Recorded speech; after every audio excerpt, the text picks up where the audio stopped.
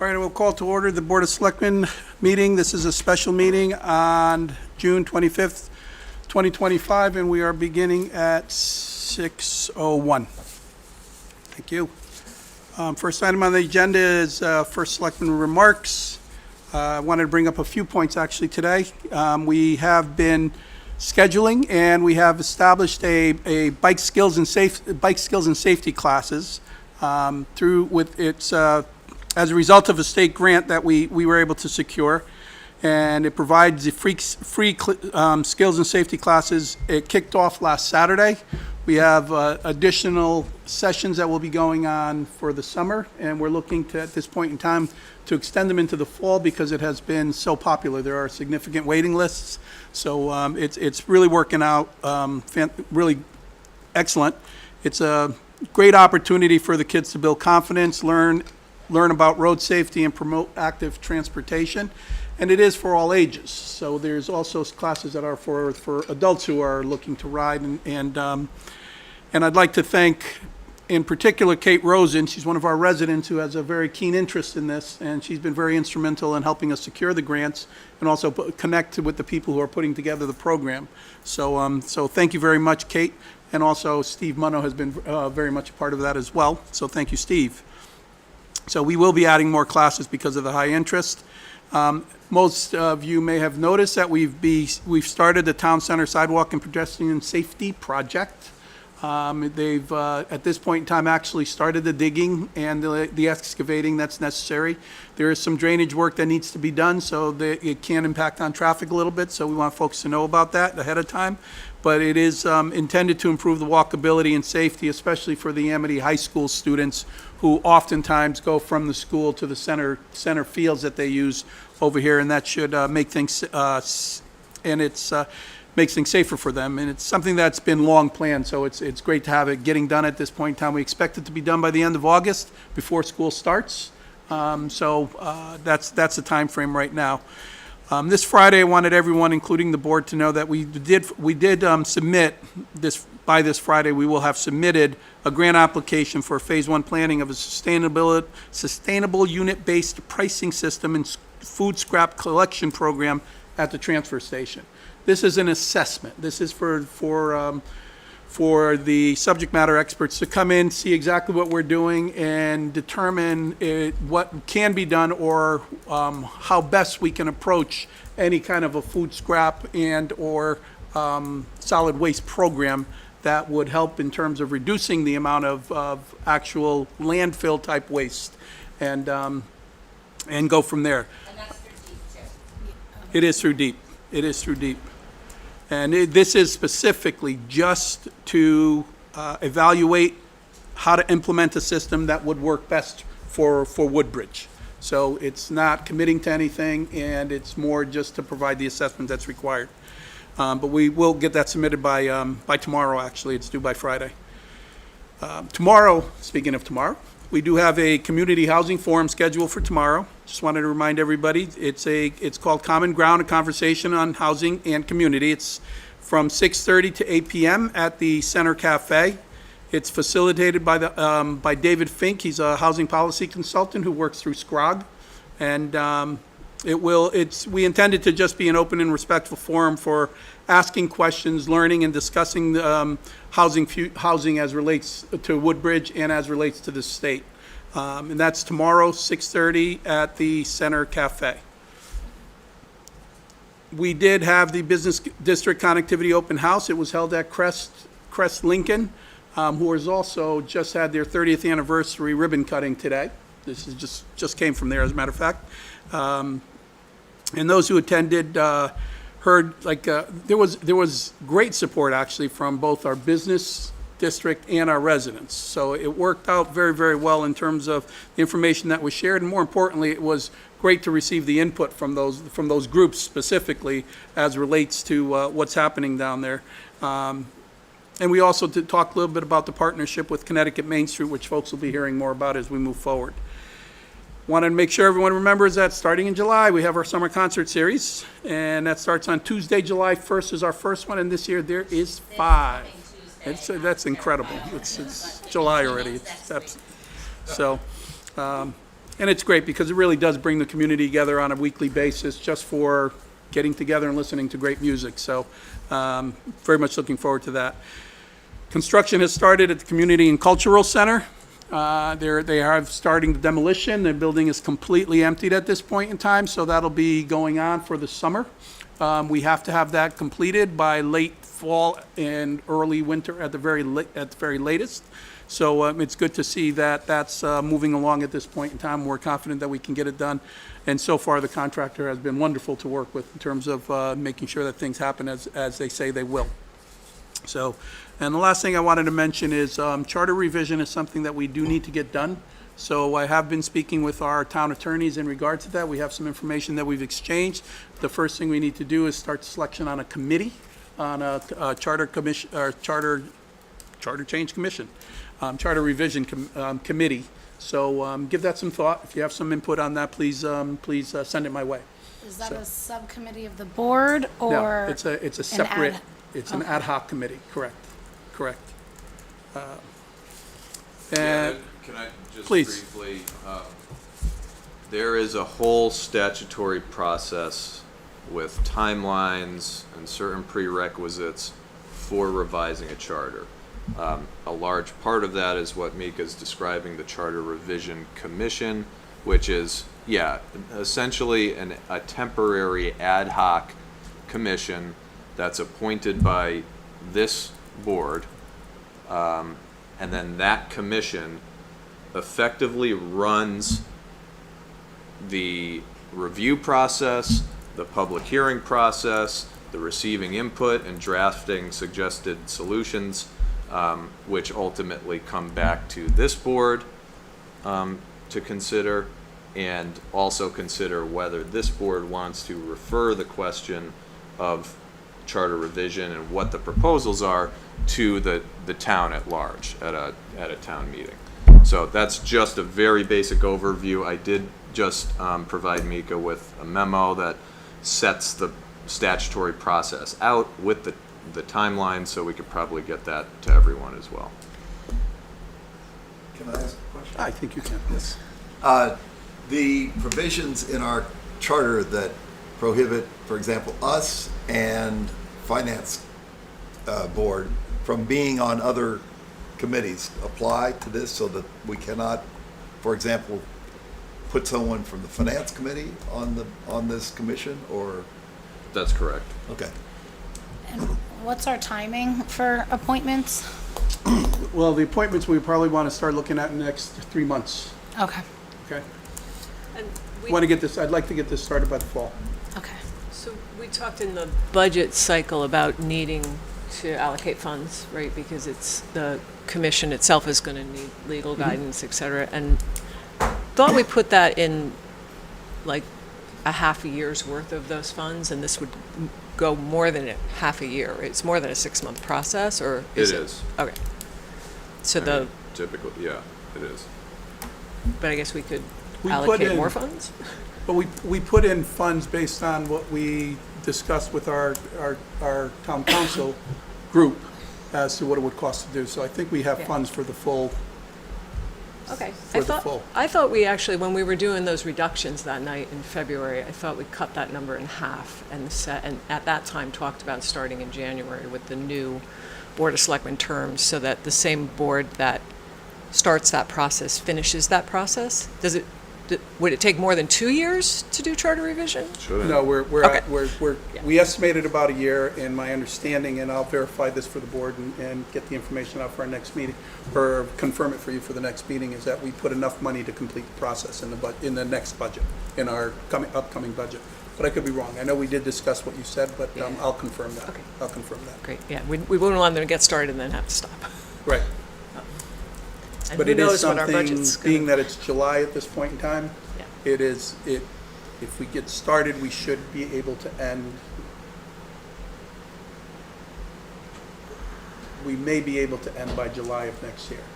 So, but I understand what you're saying. So, Great. all the more reason for us to get started on this. Okay, next item on the agenda, any Oh, other? wait, Mika, I do have a couple Yes. follow-up questions. So the addition of bike classes, excited to hear. Can you clarify if those are grant funded? Well, they're all grant So funded. even though you're adding more, there's Correct. enough? Correct. Awesome.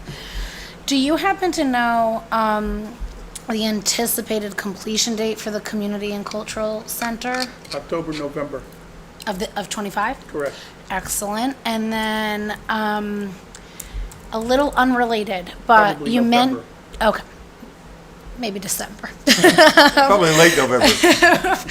You mentioned Crest. Yes. I noticed the old Jaguar building has been Yes. or is being demolished. Are you Has able been. to speak to what's going on there? Is it just a demolition? It is a demolition. It's Okay. something that they had planned for quite some time.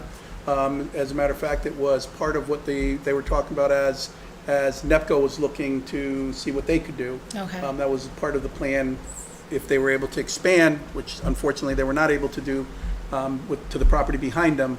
That was something they were going to do as part of that Okay. overall process. So ultimately, the building wasn't being used. They were going to demolish it anyway, so they went ahead and did it Okay. anyway. Right now, there's not a specific plan, but I think it does open up some opportunities and hopefully will help us, frankly, in keeping the top room there, and Yeah. there's Great. discussions on that. Yeah, it was good to So, see. yeah, it does make a difference. It does open it up quite a bit. Yeah. So, All right, thank you. and you may have noticed there's a leasing sign on some of the properties down there, so there are some things happening down there right now that should, it's too preliminary for me to say specifically, but as soon as we get the confirmation that things are signed and things are progressing, I'll be letting you know about some good things happening down in that area in regards to former vacancies being filled.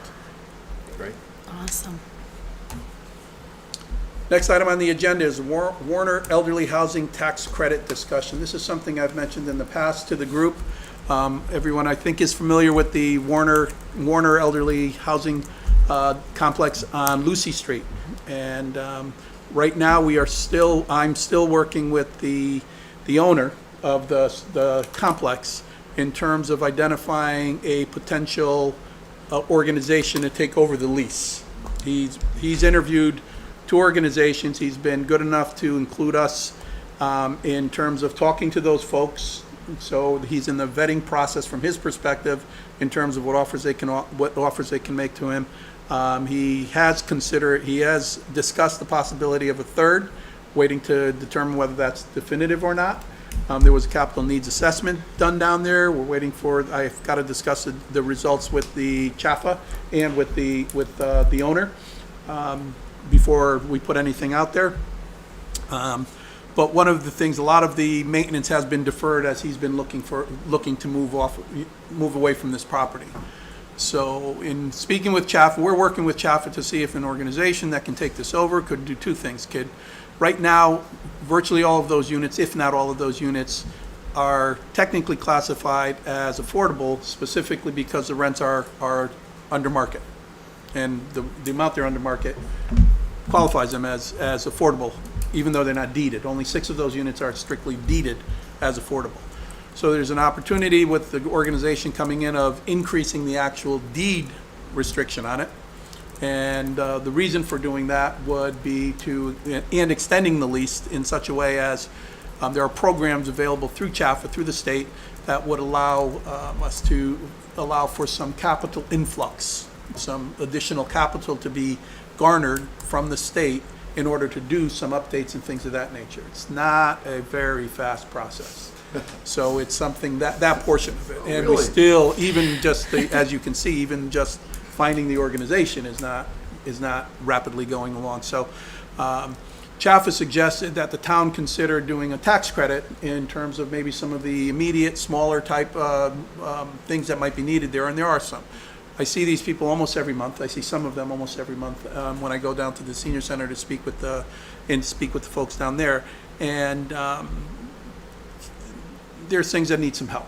So my feeling is, and CHAFA indicated, it helps the overall process if they see that the town is as committed to this as I think we are.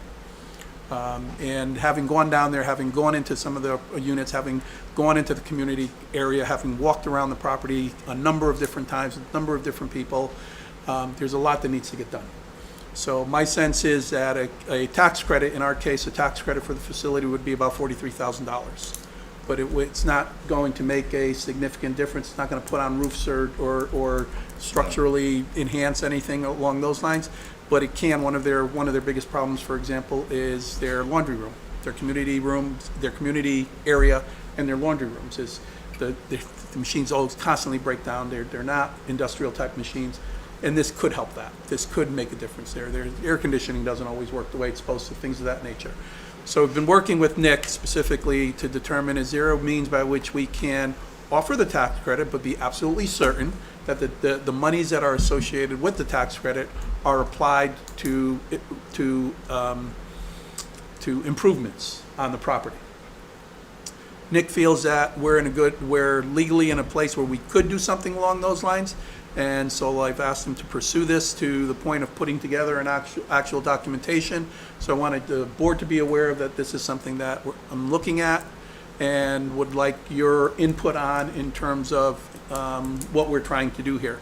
And Nick, you can offer anything along those lines in terms of the legalities of this and the ability to make this actually happen. Sure. Just really quickly, the law does give us the ability, I'll talk about it during my report a little bit later as well, but the law gives us a whole list of options in terms of tax relief, tax credits, tax assessment fixing agreements. All of those have a lot of prerequisites, a lot of red tape, oftentimes that towns cannot satisfy. However, in this situation, under the circumstances, I think we do have authority to enter into a tax assessment agreement, which would effectively give them a tax break of this amount that Mika related earlier. That would be used specifically, or at least we're intending it to be used specifically for the deferred maintenance items. We would build that into this agreement itself that the property owner would sign and be bound to. And there would be a clause within that, basically a reversion clause that says if you have not followed these provisions, which include showing the town proof of how you're using the funds, getting the town to pre-authorize the use of funds for these purposes. If that doesn't happen, the taxes effectively go back to what they were as of the original due date, and now the property owner is delinquent in taxes. So really the point being, if this board is inclined to grant that sort of relief to this specific property owner for these specific purposes, we would have very clear, strictly binding provisions for how that benefit is going to be utilized. So, to that end, I open it up for discussion. I have a Questions? quick question about, so the state has some programs like the Small Cities Grants where individual homeowners can apply and get funds to fix their roof or their air conditioning or whatever it is, and then it's a lien against their property that's paid afterwards. Mm-hmm. Is there a way to structure this like a lien so that the town is actually recoups the investment? Because it's privately owned capital that if we're using taxpayer funds, resident taxpayers will pick up the tab, the 43,000, unless we set something up like a lien. Is that possible or not likely?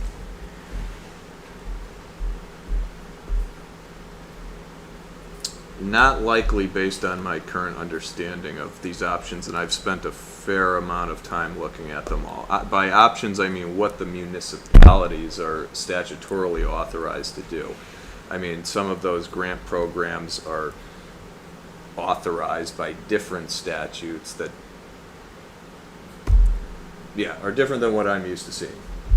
So could the owner apply to small cities though and get money that way, or we don't have enough in our small cities grant? We don't have it, I don't know. we are using our small cities Yeah. grant right now significantly with other residents, particularly with residents, and as Sheila said, the way it works is an elderly person lives in a house and they absolutely need a new roof and there's no way they can afford it. And we give them the loan, the grant, we use a grant funding to do that, and we've exhausted the grant and now we're waiting for the returns on those in terms of people who sell their houses and get the liens. Karen, so we've, we're, And that's not a fund that we can go back and get, like, right, limited. we've asked about that, exactly. all right. But the way it's structured with a lien, though, is not something that could be incorporated in a rebate program, or that's really two different types of programs? Like the state rebate program, you mean? Well, I don't know if we have the ability as the town of Woodbridge to put a lien again, like, essentially loan the money instead of granting it. Yeah, so that would click us into some different categories of potential tax relief, more like tax deferments. And I go back to the prerequisites. So I can certainly look at that. But based on this specific situation and what we're intending to use the funds for, I don't know if we're going to have that broad enough discretion. If we're calling this a deferment, I don't know that we're going to be able to then earmark how they're supposed to be using these funds. Additionally, I think it would impact on the actual negotiations associated, because what you're talking about is a situation, it's a lease arrangement with us, at least. So it would have to be, we would have to interject some way, and I don't know that we can, because that's really when, for example, the current owner, new owner comes in, if there's an agreement with regards to funding associated with that transfer, that's between them. We don't really get involved in that, except to approve or disapprove the person who he's working with. Correct. But we're not part of that agreement, so I'm not sure where we would actually put the lien on unless they were, I'm not sure. So Yeah, I mean, if we're putting a lien on the property, it's going to be a lien. We own the land, but it would still, liens run with the land, so you're not going to be able to, I don't think. Sure, the lien could potentially say, okay, this owner is liable for it, but it's still going to be a lien that shows up on any sort of title search of the property when it goes to then change hands. So it would have to get resolved one way or another, if that's a path that we were able to And pursue. that's how small cities operates, right? When you transfer the property, if somebody passes away or sells the property, that's when the lien. Yeah, typically that's when Hey. these liens do get cleared, is when the property sells. Yeah, I guess the objective is to get those capital repairs made because people need washing machines, air conditionings, whatever. But then for The it to be the objective town's is to money. have those capital improvements. We don't own the buildings, the units. And we can't have the owner do it, the owner can't afford to do those improvements absent of some type of tax break. Or, the owner isn't doing that. We have no recourse. We have no means by which to make Is the there an- owner do it at this point. And he's So- basically, at this point in time, looking to sell the property, so he has no, but no one's really willing to buy in its condition. oh no, there's people who are, Okay. the two parties who've talked to have expressed interest. So I'm And confused one of as them is a to, nonprofit, one of them is but I'm not sure what the deal is between the two entities. We don't get engaged in that. Like, for example, if you recall, when this all started, it was another company that was, that was Yes. gonna do this. There was a deal, and it was only after, it was ended that it was made known to us what was transpiring between the two entities. So, but tax there, lien is a little bit, there is a path forward where we don't do a tax credit and capital improvements are made under new ownership. We don't There is have legal possibility. control in the sale or the stipulations thereof, right? So this tax credit approach would ensure some legal standing How many years of a tax credit are we talking? Just one? $42,000. Just 1 year? this. Exactly. And what's the impact on Tony's our already, tax? Tony's already looked into it. He says it's not of any great significance, and we can discuss it with him. I'm bringing it up now so you're aware of it. We'll have he'll have the details next That would be meeting. great. Yeah.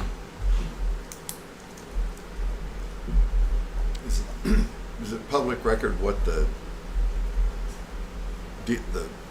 what they're asking for the property, or is that No. it's just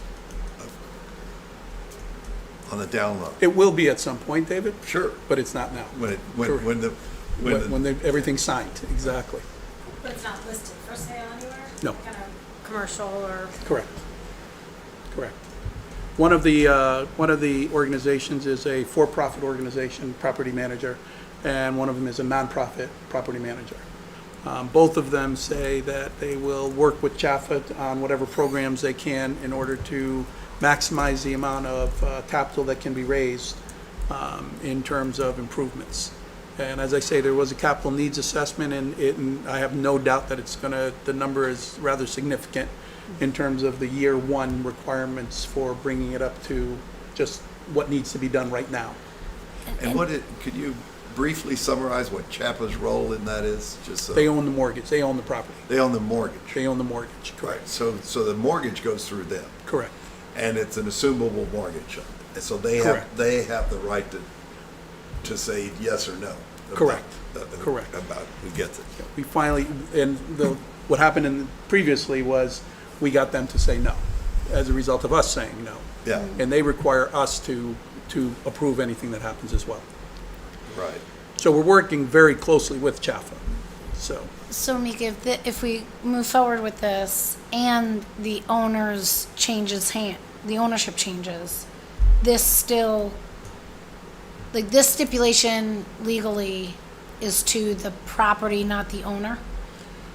So even if it changes hands, the new owner would still be required to reinvest that money into capital improvements? If they want the benefit of the tax relief, yeah.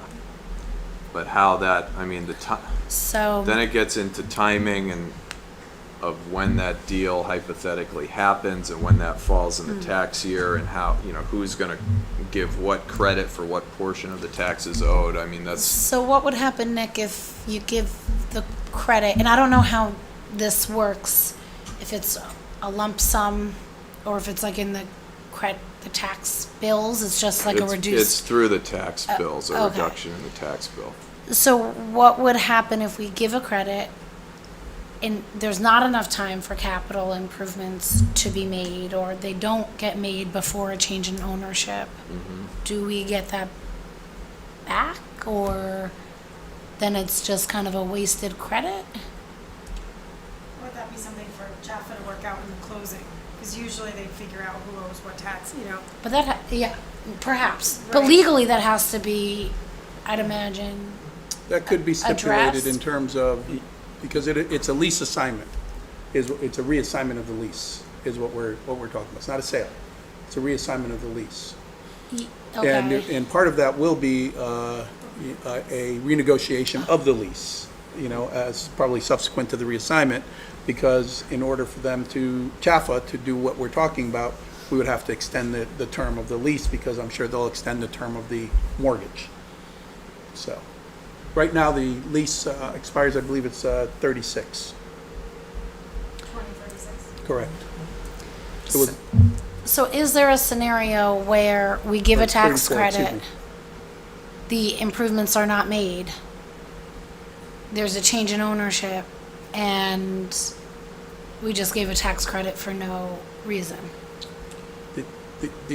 I'm sorry, I don't want to answer for you. No, I mean, I think part of the intention, well, I know some of the intention here is to try to build guardrails into this agreement that's going to be signed to obtain the relief for what happens in that sort of situation. Okay. And so, I mean, we would have to think this through a little bit more, like how to frame what happens in that situation. Do the taxes go back, or do we want to then still leave the credit and have these terms for how we want it to be used apply to the incoming owner, which would incentivize someone to come in and take the project on, and also, oh, there's a little extra money here that we're gonna spend to fix, the laundry machines because the prior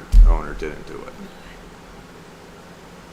Yeah, I mean, we have to get creative with this, is what it comes down to. And right? as I indicated, from a Chaffa perspective, they feel using the programming money for the capital influx of dollars is something that can be measured in years, as opposed to what we're talking about here is something that can be measured in months. So from my perspective, we have to be certain, and I think we can obviously indicate that if the funds are not utilized, they revert back to they revert back to us. But the intent is to do something sooner rather than later.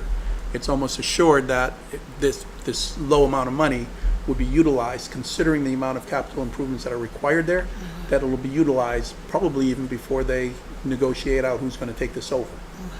So, All right, thank you. Can I ask maybe a different question? So something like the Neighborhood Assistance Act, if it's a nonprofit that's going to purchase, they would be able to apply, like we had the Amity Teen Center apply and Cure Rare Disease and all those folks. And that can be things like windows, roofing, things like that. And that's potentially another way that they can get funding that doesn't cost the town anything, right? The Neighborhood Assistance Act is a grant that we're just, we have to have the public hearing and approve it. But if we allow them to submit it, maybe suggest to them that with the new owners, if they could apply, they might be able to get all new windows. we've asked Chaffa, we've asked the Department of Housing, specifically what other grants or programs we could leverage in order to help these people. Yeah. And they were very clear in indicating that there's not that we could leverage to help the situation there in the timeframes that we're talking about. Yeah, but outside that time frame, like we just did it in our earlier June meeting. So next June, if they've changed owners, and it's a nonprofit, because I think that's one of the requirements. But if they put in an application and we did the hearing, they would, I don't know how quickly you get the funding for this, but it's up to 100,000, I think, in that program. So I guess, depending on what the timing of all this is, if we go this route that you're scoping out for us now, is that something that the Board of Selectmen alone decides, or does this go back to 43,000 doesn't go to a town meeting, it's just us Correct. and the Board of Finance? Is that- And so it Board would of happen Finance much would be quicker? involved. So just with our votes, and then it's done and it's issued against the tax bills that are due July 1, or do we know? Wait, how is it implemented, on which bill? Yeah, is it this It- July or is it It- next? It's not this July. It Yeah. would be like the next, I mean, it depends on when this gets done. There could be some adjustment to the next installment of this Yeah. year's tax. January, Yeah. yeah. Otherwise, neighborhood assistance is June. So. But it'd be great if they would make those investments, because obviously it would save money in the long term for people as well. If the windows were replaced, then the heating is lower. The long-term capital needs assessment Yeah. that goes along with the programs associated with Chaffa and the DOH would address all of that. That's all, if you look at their plan over a 10-year period, that's all addressed in there. And the dollars that would be associated with that would be enough to cover those things. So,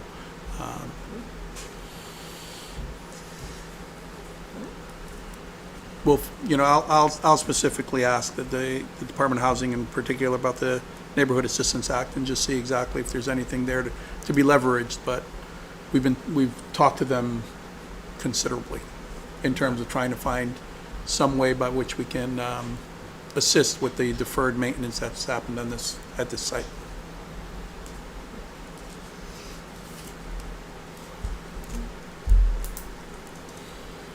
Any other questions? All right, thank you. Next item on the agenda is zoning board of appeals appointments.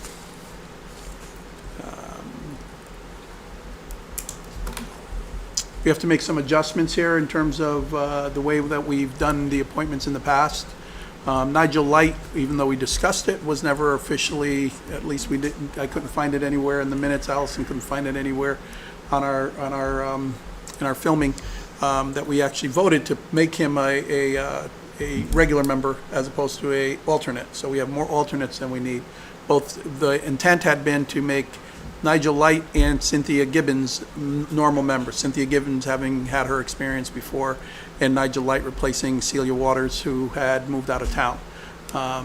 And then Nick Zito, and we have another, since there were two other openings, we have another member who we are looking to add to that. So that's kind of what we're looking to do right now, so. So do we need a motion to officially appoint Nigel Lake Yes. to the Zoning Board of Appeals at this time? You can vote to ratify.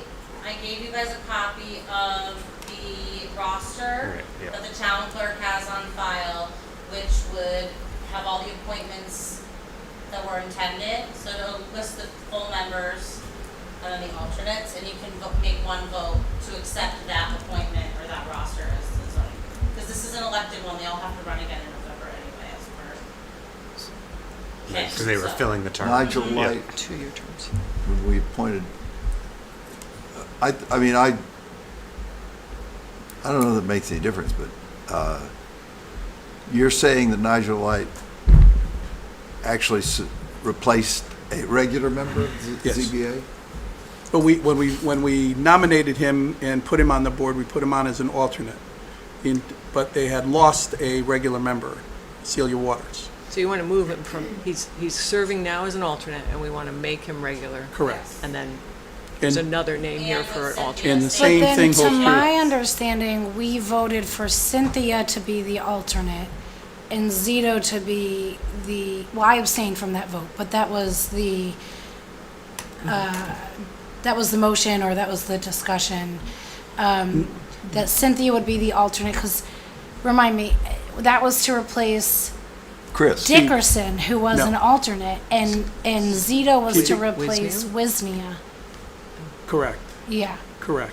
Well, it was, the slot that opened up was as a result of Wisnia's resignation. However, when Cynthia was, keep in mind the timing on this, Nigel Light and Cynthia Gibbons were both voted in months ago, Yeah. many months ago, April? as alternates. They were both supposed to be then pushed up to regular, because one, Cynthia's been on it before, she's got a lot of experience with it, and Nigel was supposed to take over for Celia Waters, who had moved out of town. But we have to vote to do What do that. you, Well, we didn't what do you mean they ever were vote to do that, right? supposed to? Like, we discussed When that. you guys appointed Nigel Light, I watched all these videos so many times. I'm not talking about Nigel, I'm Nigel. focusing on Cynthia. Oh, okay, because Nigel was yeah. put as an alternate because Celia Waters had moved, but we didn't get the resignation and we had to wait, and that was the Sure. whole, yeah. Okay, that, And then at the That last makes meeting, sense. the final motion in the video for Nick Zito was somebody, we're talking about, they were all alternates. So right now, we have Cynthia Gibbons as an alternate. Nick Zito was appointed also as an alternate, and Nigel Light is still an alternate. So the discussion for you guys is to figure out who's the full members and who are Right. the alternates, And- essentially. but Well- Wisnia was not an alternate, correct?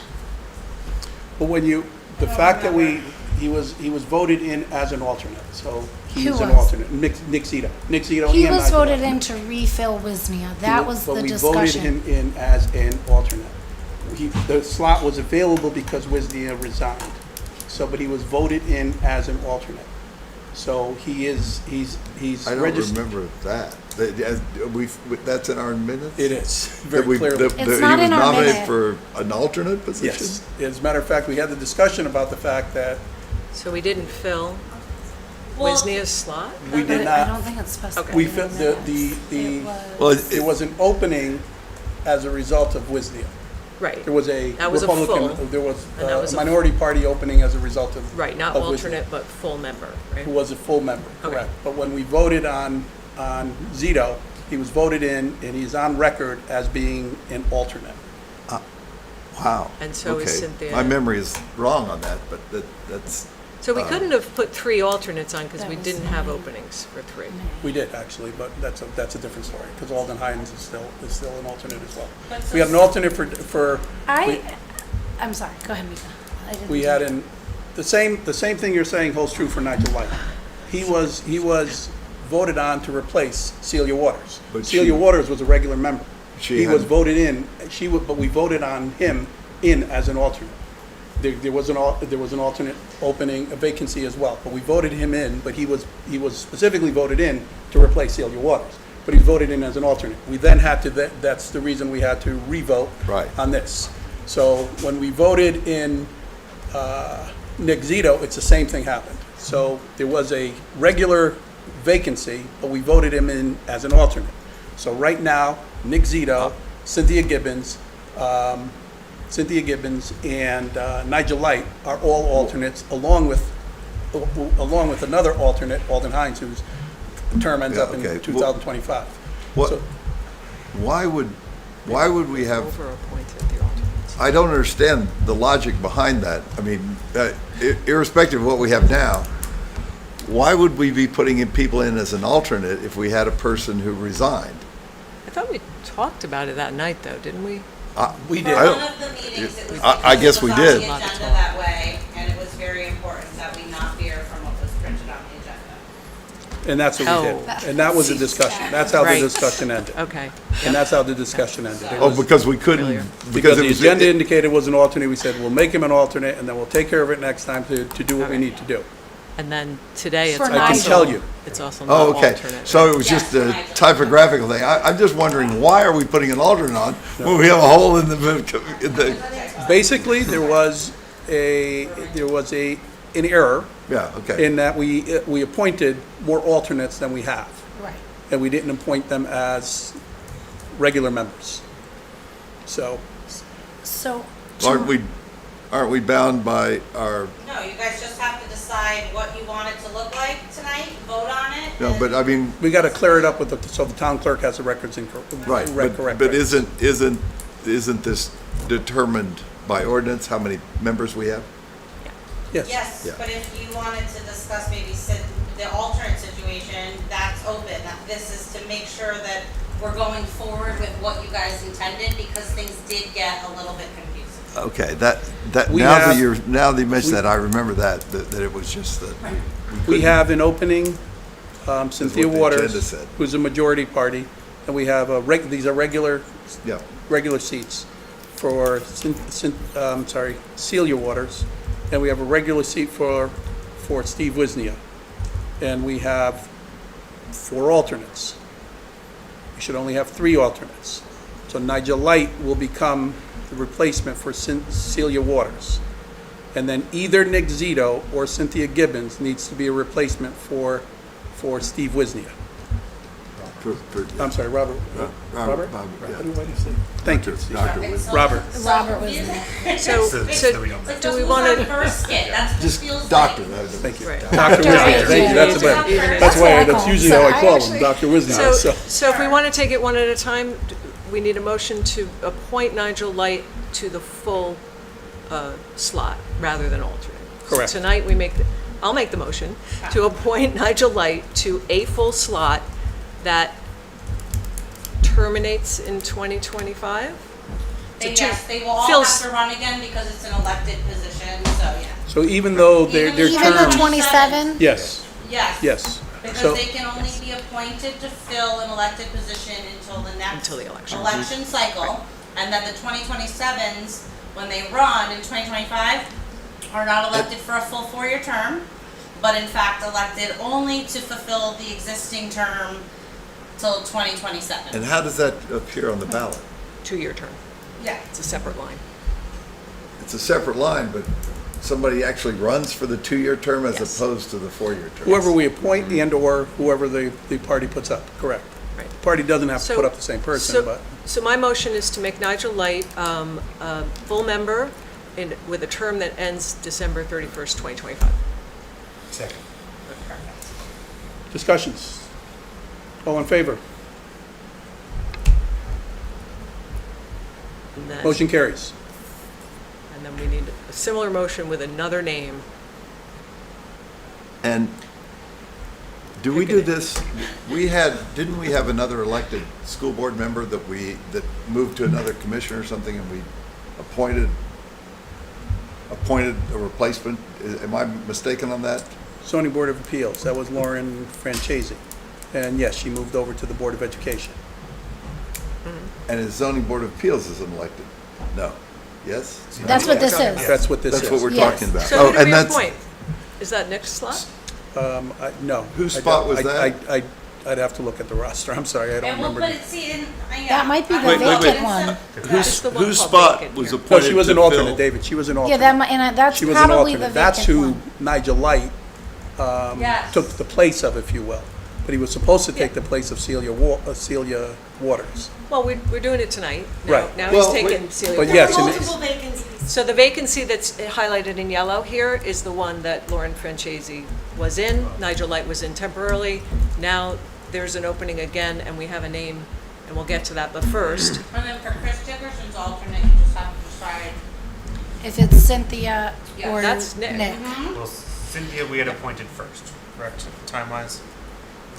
Previously, so I'll make the motion to appoint Cynthia Gibbons to the open spot on zoning board of to appeals. the full spot To the full ending spot, in Ending in 2025. 2020, December 31st, 2025. And I, and that is Chris Dickerson's spot. Correct, Because she replaced Chris. correct. That was done a few who months was an back. alternate. It was an alternate, but. No, so that's the Wisnia spot, the elected No, Wisnia spot. no, that's how you're seeing it on Yeah. this. Yeah. But at the time we made the discussion, Wisnia was serving as an alternate. I mean, Dickerson was serving as an alternate. And so Right. when we talked about Cynthia backfilling Dickerson, to my understanding, and what I thought I voted for, was her to be an alternate. So even though we voted her first, I don't know that to me Generally speaking, matters. I don't get that. on the boards and Not to me. commissions, but generally speaking, on the boards and commissions, the alternates who have been in place and Move up. with experience move up Move up to- prior to the new people moving up, and the Have- new people become alternates. Have we asked Cynthia? And have Yes. we asked Zito? Well, We've done it I differently. spoke with Cynthia, she was a previous, this is something she wants to do. I remember there being discussion about Zito being more appropriate for the 2025 term, at least internally.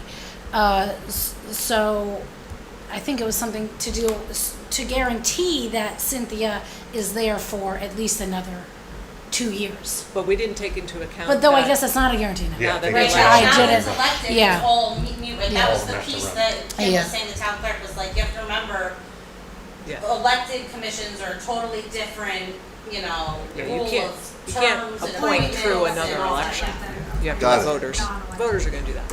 So we have a motion for Cynthia Gibbons to fill up until December of this year as the full member. And she has Yes. to run again. Yeah, In that November. everyone that we're changing tonight has to run But again. her term would technically is be there a second? 2025, so she'd be running for a Second. Thank you, David. years. All right. Now we can have discussion. Yeah. I mean, she doesn't, whoever does the nominating. Or we Yeah, could yeah, call yeah. Decide that. call the question. But yeah, as Mika put Yeah. it, the We- alternates typically move to the open spot. But they don't have to. I mean, we They don't have to. People So we- right on TPZ, right into In the this full particular positions. instance, I can tell you, and you can speak with Chris, and you can speak I mean, with she has Cynthia a lot. directly, this is something that she's done in the past. She specifically moved off the TPZ, specifically to come back on this board.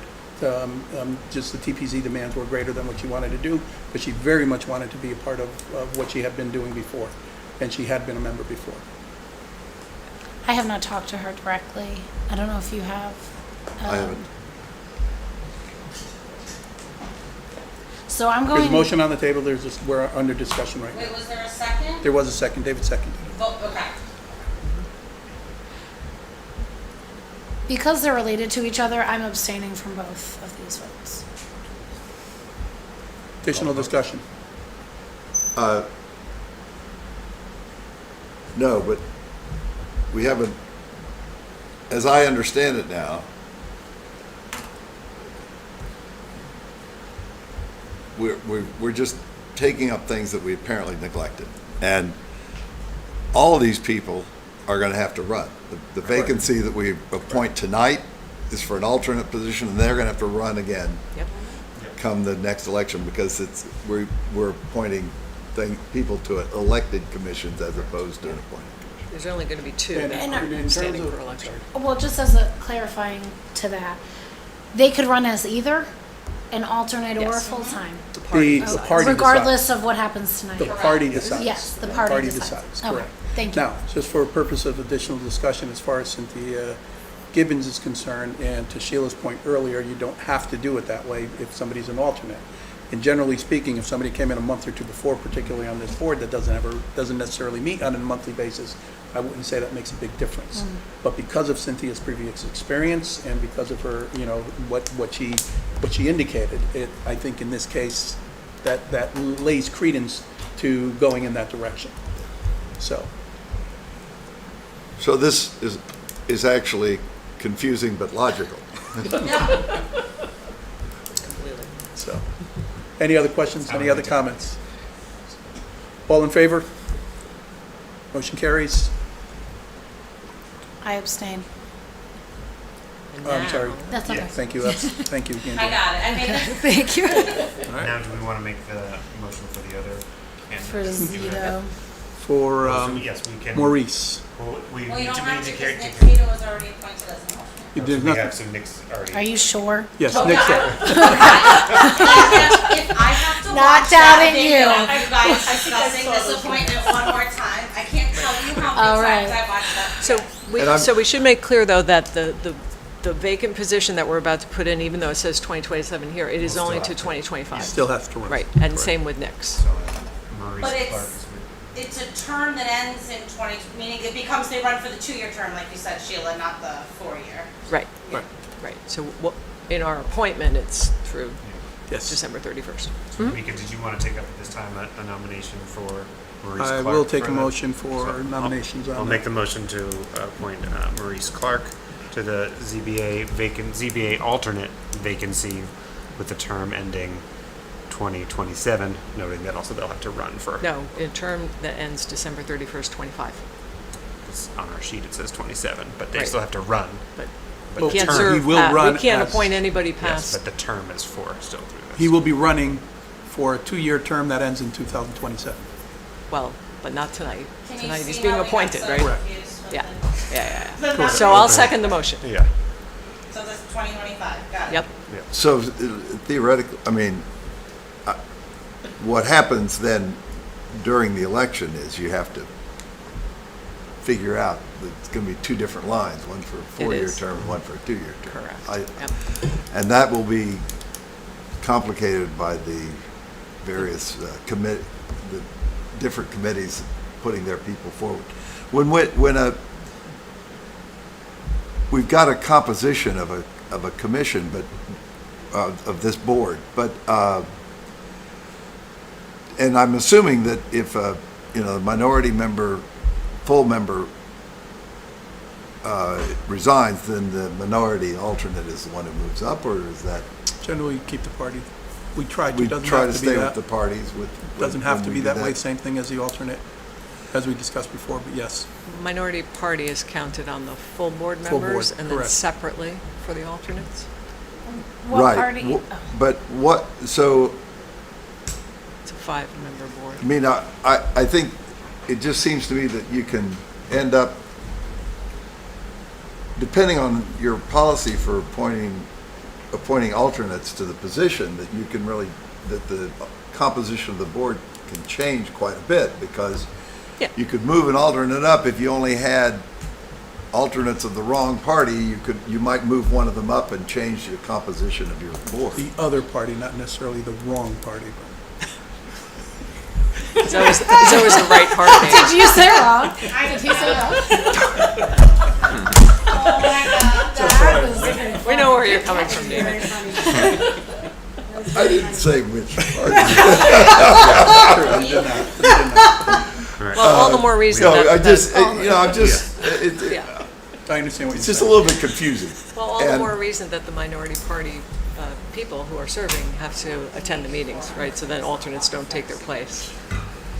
They have to fulfill True, their but- obligation, and that's what the parties would want to make sure is happening, so. True, What party is Maurice? Do we know? Maurice is a Democrat? Do we know that? Yes, Yeah. yes, he is. Okay. He would be, So, what is, I mean, it's only the, Is he I don't know registered to if we're, my understanding is yes. We have a motion and a second. We have not called a vote. We're in discussion. yeah, I guess I'm a little bit interested in how the alternates then get selected. Does the chair say, oh, we need to move somebody up?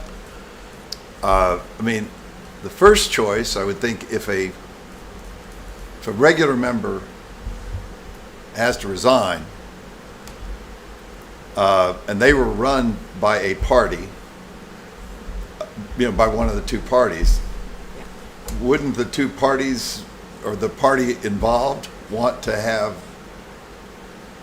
their choice put it in as the regular member rather than an alternate who might not have come through the process? It could. Doesn't always have to be that way, depending on the makeup of the board. Are you talking about when the board is Sitting, seated or are and you talking that about night nomination? someone's missing and so an alternate is put into the regular position? No, I'm talking about like what happens when a regular member absolutely resigns. Oh, then that's up to us to And, fill. and it's up to us to fill, but here we filled one, and then later on, it seems like we filled Chris Dickerson's spot, but we didn't really do it, because he was, So. He was so- an alternate. So this He goes was back an to the question of whose vacancy is this? I think this is Lauren Franchise's vacancy that was temporarily filled by Nigel Light and now is being filled by Yes. Maurice Clark. So Correct. this was an elected Democrat. Yep. And so that's the slot. yeah. You just have to follow who was sitting in what seat. I guess that's the confusing Yeah, piece. I think that's it. And Okay. Nick is- Out I of understand. curiosity, I understand better. do we know It seems like what a Maurice convoluted is process. specializing in law, in his law degree? I do not. Or their law degree? But looks like a great candidate for Board of Finance with this resume. Lots of budget management. Not something we need there right now, No, but I it's know, certainly but I'm- something to be but considerate of going forward. That's what Yeah, I agree. I'm I seeing agree this with you, Amber. PDF screen to me. Yep.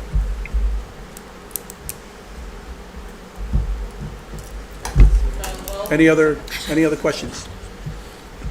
All in favor? Motion carries. now we're Next full. item, no, we're not, we still need Alden Hines. We just can't get a resignation letter from. Yes. Is he still registered to vote here? Good question, I didn't check that.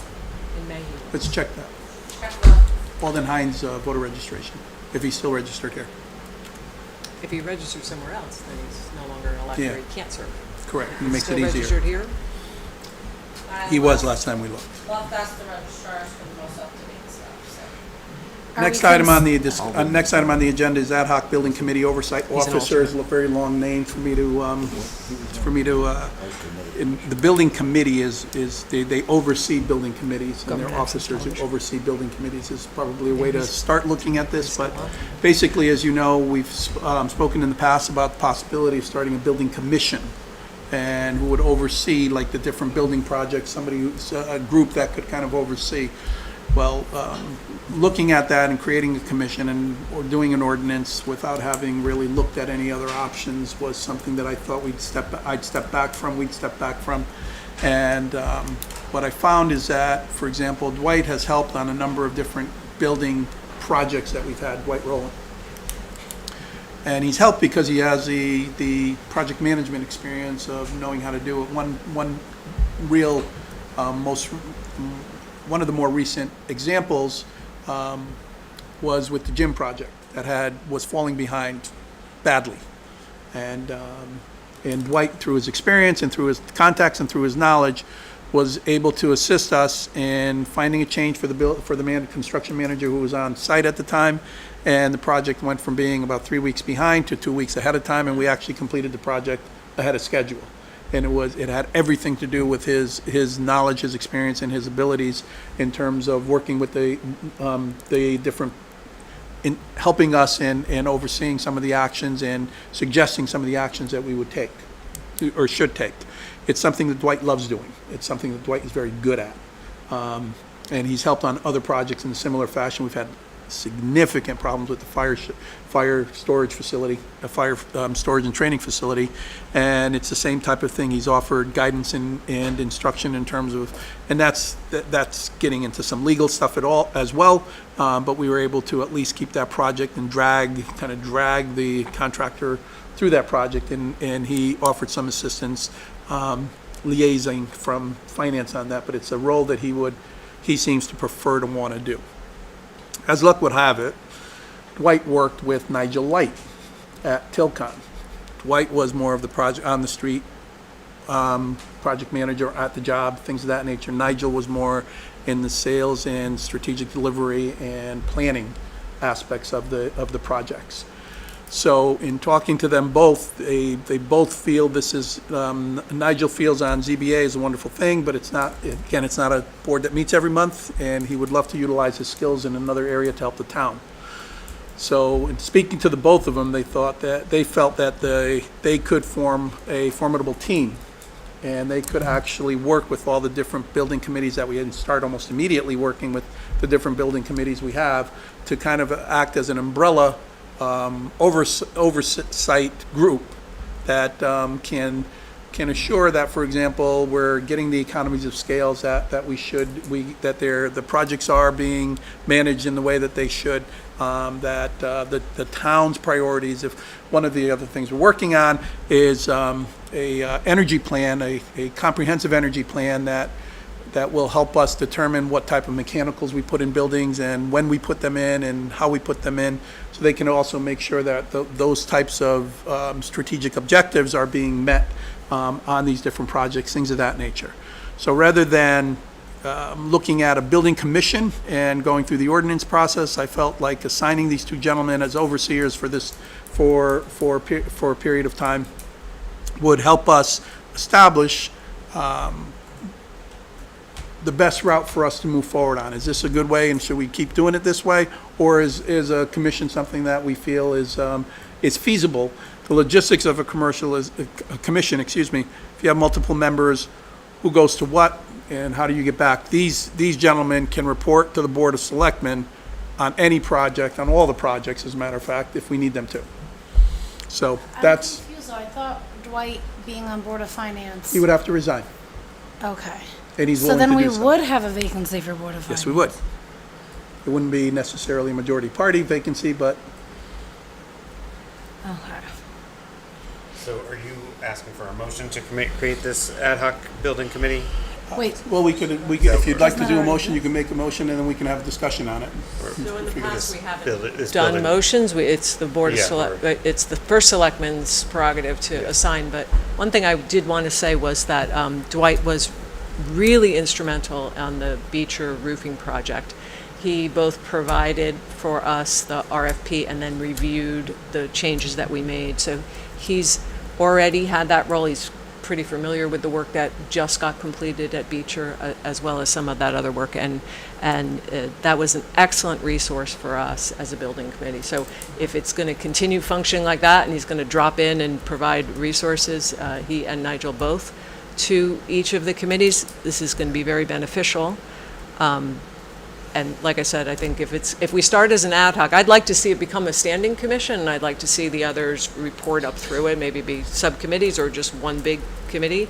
But that's down the road. I think this gets us started faster this way, so I'm all in favor of it, and I'm hoping it happens tonight. it would be of how many members or? Just those two. Yeah. Which is a reason for the work officers as opposed to commission, Or committee, or committee, Yeah. excuse We me, have a committee. two-person committee. That So- way. Would they have authority if they felt like it wasn't enough to expand membership? No. First selectman would have authority would. to add people. If we felt it was on an ad hoc, if we felt an ad hoc committee, if we needed to grow it as an ad hoc committee at that point in time, yes, I could do that. For which meeting was Nigel's resume submitted? I don't know, but I can just send it right over if you want. If you'd be willing, that would be wonderful. Thank you. Are you in effect announcing this at this stage, or? As I said, and it was put on here as I wanted to discuss it with the board. And if the board felt that it was a good idea, I'd like to get it started, is really what it boils down to. So What you're saying is that Nigel and Dwight think it's a good idea. they think it's a great idea. They were, when I, they knew each other. They worked at the same company, so they At knew Turner? each other, but they didn't, Until con- I talked to them separately. Dwight has wanted to do this for a Yeah. while, and he's been doing it on a volunteer basis, as you can tell. I spoke with Nigel, found out his background, and he indicated, I'd really like to do more. And if you look at his resume and you look at his background, you say, It's in your SharePoint. well, what about this? And he thought it was a great idea, and I said, well, there's somebody, Dwight's already on my radar for this. He goes, I know Dwight, we work together, and it was. Small town. Yeah. And I was like, So, they both feel like this could be very effective with them working together. would Nigel have to step down from ZBA, he would even though not. that's an elected position? It's only it's just the It's Board of just- Finance in the and- charter that says you and can't do us. that, but, Right. well, yes. Board of And it's- Finance and Board of If Selectmen. anything related to a building project He would- needed a ZBA, he would recuse himself, Correct. obviously, because he would already have knowledge of the project. Yeah, I'm so- like wondering if that's a potential conflict. Nick? Well, I mean, I mean, he would recuse himself if so, so. yeah. But why, Conflict is. Keeping So in it mind is that what really he's unlikely. working Nobody's gonna on make are money off building it. projects Yeah, for the I mean- town. So it would have to No, be he a would- town he would have type of a information that thing the as ZBA opposed, members he's not working on, So it he's wouldn't not be fair to him. working on building Oh, projects for okay. individual, that he has an the developers or He things shouldn't of that hear nature. an appeal. Yeah, if there's any like fiscal or personal interest that's tied to any sort of project that, may come across his desk or whatever, then he would just have to not participate and Right. completely recuse himself. But if there was an appeal and he was privy to discussions about, how the town was representing itself in the appeal because he was on this building committee, then he has more information than everyone else, and that's probably not good for a decision-making body like ZBA. But this, I think, is a very unlikely Yeah. scenario, and That's in what- that case, he would just, I'm assuming would understand what Okay. his conflict might be. this And sounds- Similar to voters what will happens get in to decide? PTPZ here and finance or any of the others. Yes. I mean, And ultimately, voters are going to decide to put these folks in office. Right. We only made temporary appointments tonight, and voters get to ratify that in November. So Mika, is there a written charge or no? Not yet, no. Okay, but there would be. There would be. Okay, There would be. cool. Okay. Very well. We don't need a vote on it. I can make the appointment. I just want to be able to meet with them and say we're going to do this. Dwight will have to resign, so there's a little bit more to be done. Do we- We'll have to write up the charge, make sure that everyone understands it. And is do White we, an the R? board, vote He is. to, Oh. He do is. we, the board, vote to He's a you, but establish he's an an ad hoc group? Excuse me? Ad hoc groups can be just, Appointed. the people get appointed. Do we establish that the positions exist? We sometimes vote on the charge Do for we, the committee. do we vote on the committee existence? committee The charge, what they're gonna do? Is that our job, or is that just the first selectman's job? My understanding is that the first selectman can establish an ad hoc committee, and there's no part of that that needs to be approved by the board. Okay, However, the way we've been You doing like it. to talk about I it. like to talk about it. that's why we're here till 10 So- o'clock last night. There you go. So when the charge is ready. Or 11:30. We would like to Yes, bring that back to us. and I will bring that back to you. Yeah, so we would probably vote Okay, on the charge I itself. just wondered. So, That's what we've done in the I past. thought what you because if said we- was it's the one- case. Yes, so. Thoughts? Great. Next item on the agenda is the town council update. Thank you. I have two items to go over. The first is just an update on what my office and others here at town have been working on in terms of possible town-wide tax relief. We talked earlier about the Lucy Street property specifically, but that's not what our review and analysis has been limited to, nor is it the assignment that Mika and this board has given us. As we've been talking about, we have been carefully looking at ways to reduce the tax burden that residents are feeling after the revaluation. As I said before, state law does offer a long list of mechanisms to accomplish this, from deferments to tax credit programs to assessment agreements to straight up tax exemptions. But like I said, there's lots of prerequisites. Sometimes we just cannot meet them. It's not a matter of how or the effort or gusto. It's just based on our circumstances in the community. We cannot meet all the prerequisites. By that, I mean a lot of these statutory-based options for tax relief have been enacted with larger municipalities in mind, and they contemplate a bunch of even more boards and commissions than we have, redevelopment authorities, certain sections of municipalities that are designated as redevelopment areas. So, point being, there's lots of options, not all of them work, but we need to find something that works because the law, the courts are all clear. We cannot just give money back to people. No matter how much we think it's a good idea and it's justified, we need to have express authority either in the state law or in our charter, is really what it boils down to. So that takes a careful review, and it's not just a review, it's not just a legal review from my office.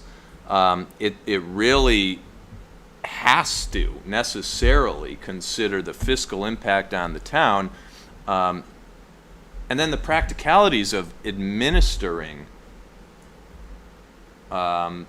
this kind of relief that we're contemplating. So I'll just try to move through this. There's no simple like cookie cutter solution here. It may actually take several separate initiatives to provide relief to those groups of folks who we think, who this board believes needs it. And we want to offer options that are going to be most equitable to everyone in town. But this team-based analysis, legal, fiscal, tax assessor, tax collector, this is all part of this process because obviously we need to keep in mind there is a cost for the town to provide its services. There's a budgeted cost that we did this year.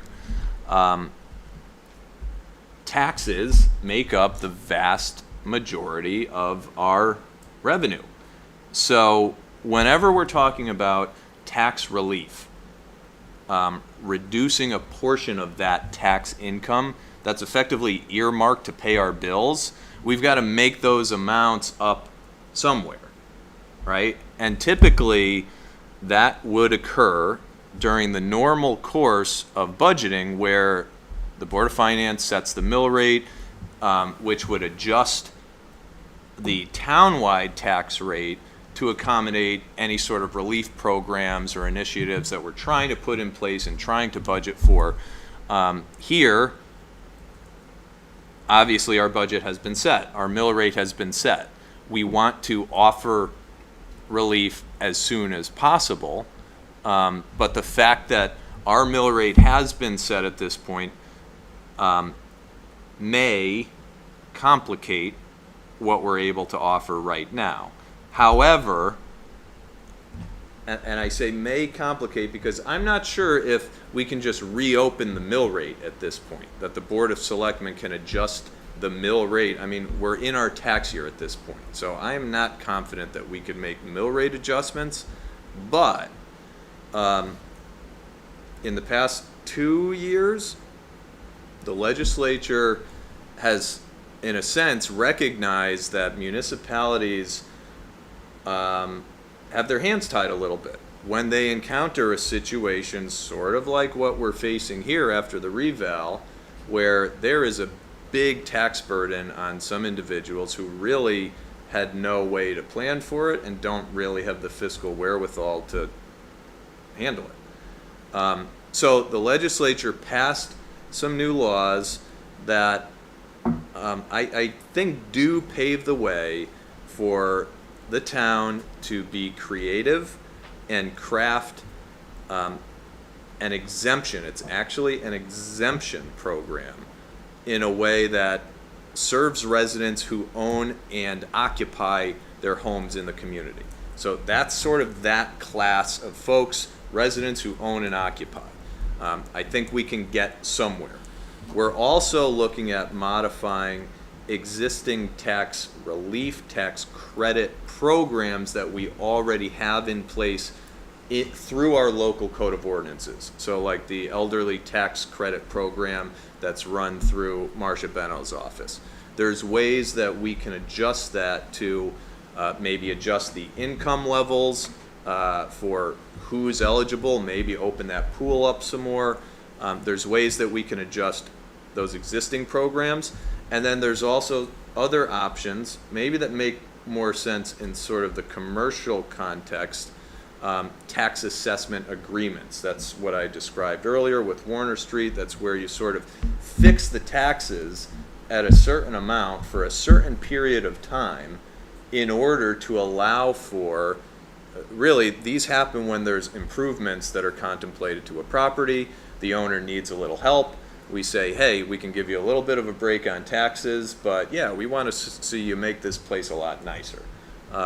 So these are, again, I'm talking high level here, but we are starting to drill down on what are realistic, actionable things that we can do. So I think we have the legal authority to do that. Now our task is figuring out, and again, this is the team effort, who do we want to be eligible for relief? How will that relief, based on that sample size, affect the town's budget?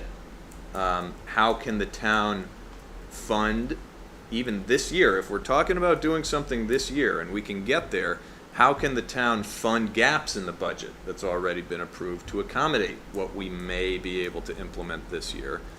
And then the big question is implementation. What's the actual mechanism? Are we passing new ordinances? Are we sending agreements out to some folks? Are we putting out flyers that, hey, your application to the assessor's office is going to be a little bit different this year? And then I'll just say, when I say practicalities, implementation, there's things like when the tax bills go out and the fact that tax bills have gone out. And so now we have the first installment that went out at one number. If we do something mid-year, maybe we can do that legally. That then would presumably adjust what the amounts on the second installment is going to be, and that can really create some issues for the banks that are paying the taxes out of escrow. I mean, there's logistics to all of this that are part of the overall calculus. So that's where we are. We're working on it. More to come. But we're going to be, my office is going to be working closely with Mika's office, with Tony's office, with Marcia's office, Pat's office, and we'll bring in, like we did when we did the phase-in exercise a couple months ago. If we need to bring in our clients, our consultants, equality, the assessment guys, then that's what we're going to do to try to provide this board at least with, you know, all the options that we see, so you can make an informed decision. In the meantime, I wanted to hear from the board in terms of any thoughts or ideas that you have as far as what your priorities might, what you see as priorities, whether you feel this is something we should pursue at all, to what degree we should be pursuing it, things of that nature. So we're not having everybody spin their wheels if the board is, the majority of the board is opposed to doing something along these lines. So that's one of the reasons we wanted to have some degree of discussion. I wanted it under town attorney specific, town council update specifically, because it really has everything to do with them identifying what we can or what we can't do. But I want to feed them some information as to what our priorities are and what we're looking to do, so. Are you looking to have that discussion now or at the end of his I'd like- report? I'd like, the next aspect of his report has nothing to do with it, so I think we can have it now. So, Can I just interject also that this is something we had talked about potentially coming up at ordinance, if it's an ordinance issue, so there'd be opportunity for our for additional subcommittee. discussion. Yeah, for additional discussion there as well. So, but right now, I just want to, Nick just kind of gave you an overview, a high-level view as to where the thoughts are. For example, what I'm looking for, just a read today is this productive? Is the work that's being done productive, first of all?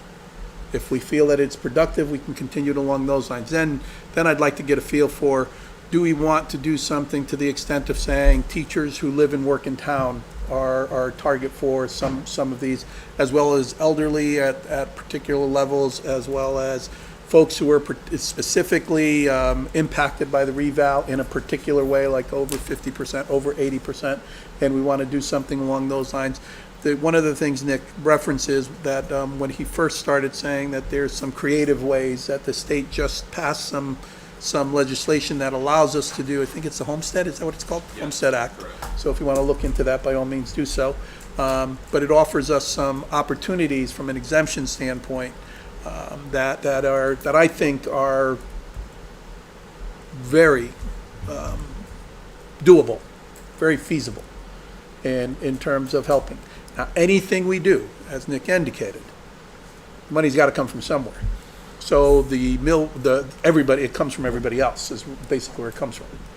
I think we would, integral to this, we would have to engage somehow meaningfully the public to see what they're willing to do without, or what they'd be comfortable with having less of, to help us budgetarily compensate for a program like this.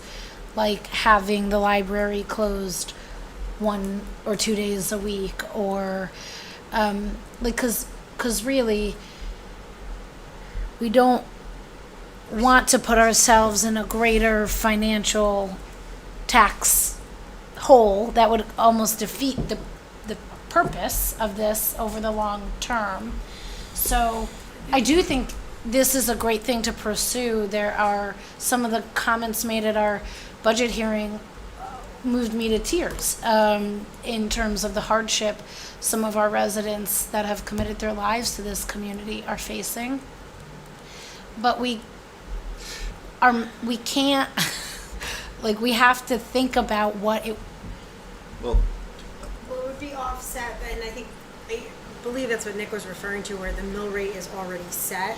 Because what that would mean is we could pull in the same amount of revenue, but it would be, perhaps the people that did not get heavily impacted might be impacted now slightly. Yeah. With a higher mill rate. So we wouldn't necessarily have to take in less funds. It would just shift where those funds were coming from. But that is also an important discussion to have with the community as well. That was my understanding, I think. That's correct. Of where you were going with that part of the conversation. Thank you. Since you have your hand up, I won't speak, and you can speak instead. yeah, no,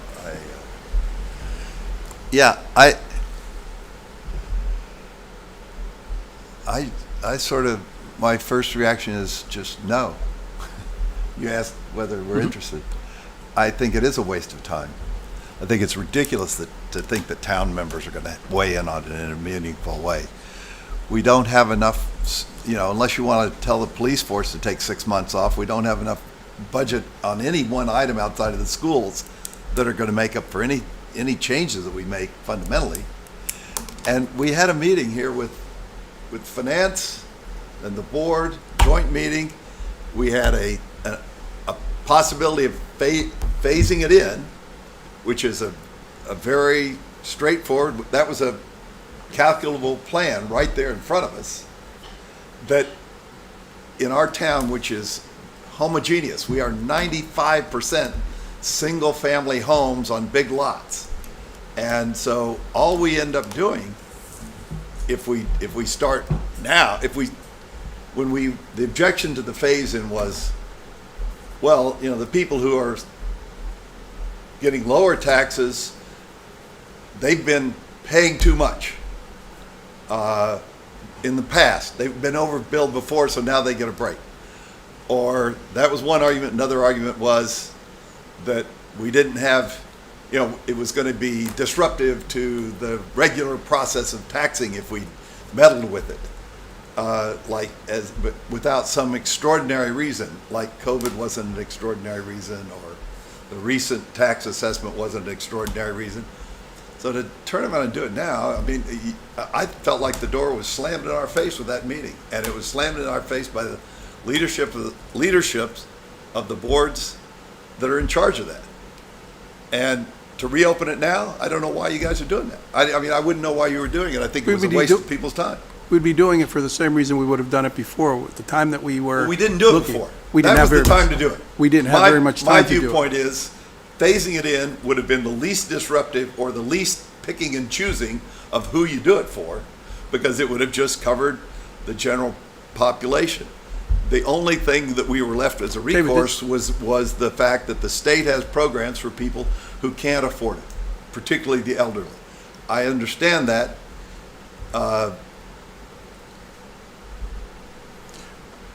I completely disagree that we shouldn't talk about doing something that will help people in terms of, But it's not going to, it's going to do exactly the same thing that you completely rejected when you talked about not phasing it in. It's going to have to do exactly the same thing. I don't see where you can create money. We don't print it here in this town. And yes, you can cut back some services, but that's not going to give us a significant change in our budget. So I really, we're not talking. somebody's going to have to pay for this. I mean, what you're talking about, the only thing that I can hear you talking about when you talk about a more complicated thing than phasing in is, well, we'll just have to change the tax burden some other way. I'm for one, I'm not going to choose who gets their tax burden changed. Well, I think that's what we're here for, to discuss those types of issues specifically. And the revaluation is a 5-year process. It's a 5-year commitment. People's taxes have gone up for the next 5 years. This is year 1. If we're not able to do something in year 1, in my very strongly feel that it doesn't make sense not to take a look to see if there's something that we can or should do in year 2. We took a look at We it. There took- was something we It could was- do over that the was- 5 Took a years. look It at was phasing in. but these are other ways to go about that. Maybe phase-in wasn't right for us, but there may be other programs through the state that we can take advantage of, and other ways that we can do it. I So think the it's worth it to at least investigate these options, see what the impact is, and see how we can mitigate it. If it turns out that there's nothing that we can do, we at least did the work as much as we could to help the people that disproportionately got a much higher burden of this than others. The phase-in was going to have everybody ending up paying the same anyway over time. It just phased Exactly, in. exactly. If it doesn't do the same, good luck. Sheila? I think it's a bad idea. Appreciate it. I just wanted to reflect on something that Andrea mentioned about people who've lived in town for a long time, especially people who are what used to be known as like land rich. They have a lot of property, maybe from their families, they've lived here for generations. And so one of the things I mentioned previously was that Public Act 490, that sort of use value assessment as opposed to highest and best use assessment, which is what land is when it's not in 490. So I think I understand. I did a little looking at different towns implement 490 different ways. We have a specific implementation in our town with a acreage requirements. if we were interested in looking at making slight adjustments to that acreage so that more people could qualify for that use value assessment, and that would bring down their taxes permanently, and additionally would be valuable to everyone who lives in town because it's preserving open space and farmland, especially working farmland, but all kinds of open space. I think the modern way of looking at open space is small corridors and things that connect, so that you have things like wildlife corridors and you have small pieces of property being protected. So I'd be in favor of looking at small adjustments to that so that we could gain something for the tax relief that was being offered. And I think that what we gain is potentially fewer people turning over their property. If you've got like 4-acre property, or you've got a 5 or 6 acre property and you can subdivide it with the sale, then we're going to have 2 houses to support services for. So I think ultimately if we can encourage people to keep those larger lots and preserve them. So Sheila, that's something I'd be interested in looking at. this proposal would be something then that would happen for the remaining 4 years of the program. So that would, in next year's budget, we would just see Yeah, we would see a little change in the basically you would see a change in the grand list that What- would be because of this 490 change. Yeah, I mean, we already see the 490 assessment Yeah. impact. And I don't know, if you apply to that program and you're accepted in that program, I don't know if the assessment starts in the middle of the year or has to wait till the next Okay. But David, tax bill. I don't anything know. we look at, that holds true for. That's my point. Yeah. That the reason to look is for the next 4 years.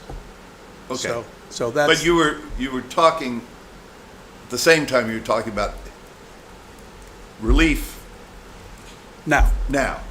potentially. What I we don't asked- see any we way asked to about. get to relief now that, the Just like cows we- are already out the but- door. But just like we were going to encourage people, if you can take advantage of the veterans Right. protection, go ahead and do it. So the more And we applications just we open get, it the up. better.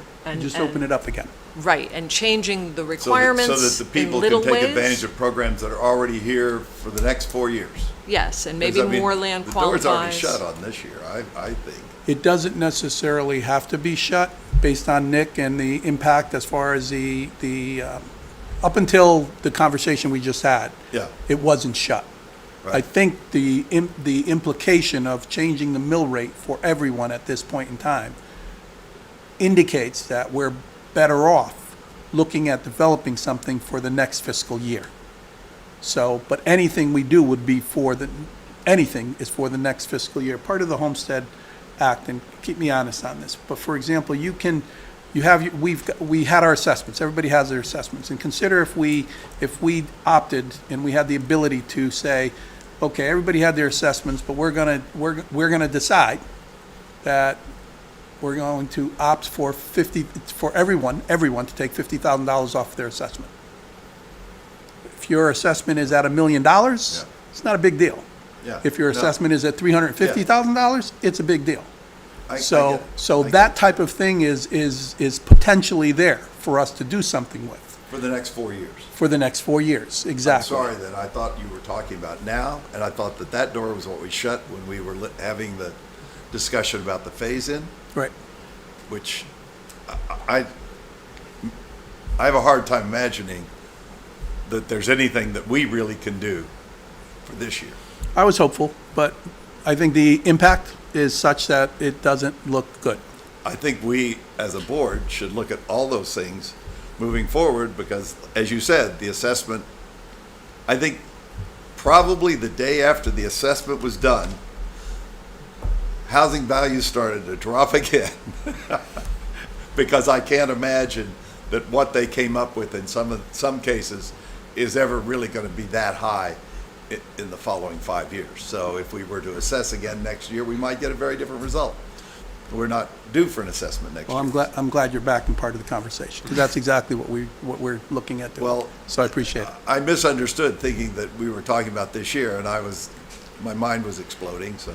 Again, it was after Nick, Nick and his group have done a lot of work, a Yeah. lot of work in terms of trying to assess this. So this is a conclusion. That's the reason we're having the discussion, is to say, I don't think this year is going to work based on the implication of what we're saying. Well, I think- However, I I think- do feel it's a good time to continue the conversation, so we're prepared and we don't find ourselves under the gun like we did this past year, and we have things in place so that they can, we've vetted them, we've looked at them, we've understood them, and now we know the implication, and we can alert the public to that. In terms of Andrea's point, as far as the programs are concerned, I think we need to do that regardless. We've I been agree. talking for a long time about doing different things as far as the transfer station, the library, and things of that. And I also feel like it's contingent upon us as individuals to get some input from our board. We have public comment. We will hold public hearings. We will give the public the opportunity. But it's our responsibility as leaders also to look at this material, understand what this material is, and make decisions based on what we think is the best thing, based on all the people we talk to and everything we know. So that's what we're here to do. And I think we can do that, is plain and simple. And with what we have to do is really, the way I just described, for example, the $50,000, in my mind, makes perfect sense. It makes a lot of sense. There's a lot we could do with that. To make the what? The $50,000 set, like if you lower the Oh, 50,000 by, absolutely. it's. I'm 100% in favor of that. I was know? in favor of that. But I don't know. 6 like, months ago. So how long do you do that for? Till the next assessment or next reval? How do you move away from that? There's other factors that we need to really look at in order to understand. So what's the long-term just impact math. of this? So, I mean- that's what we're looking to have Nick, and we'll get other Give resources it to a to. couple of CPAs and a So, packed load of pencils, and you can figure it out. It's not that hard.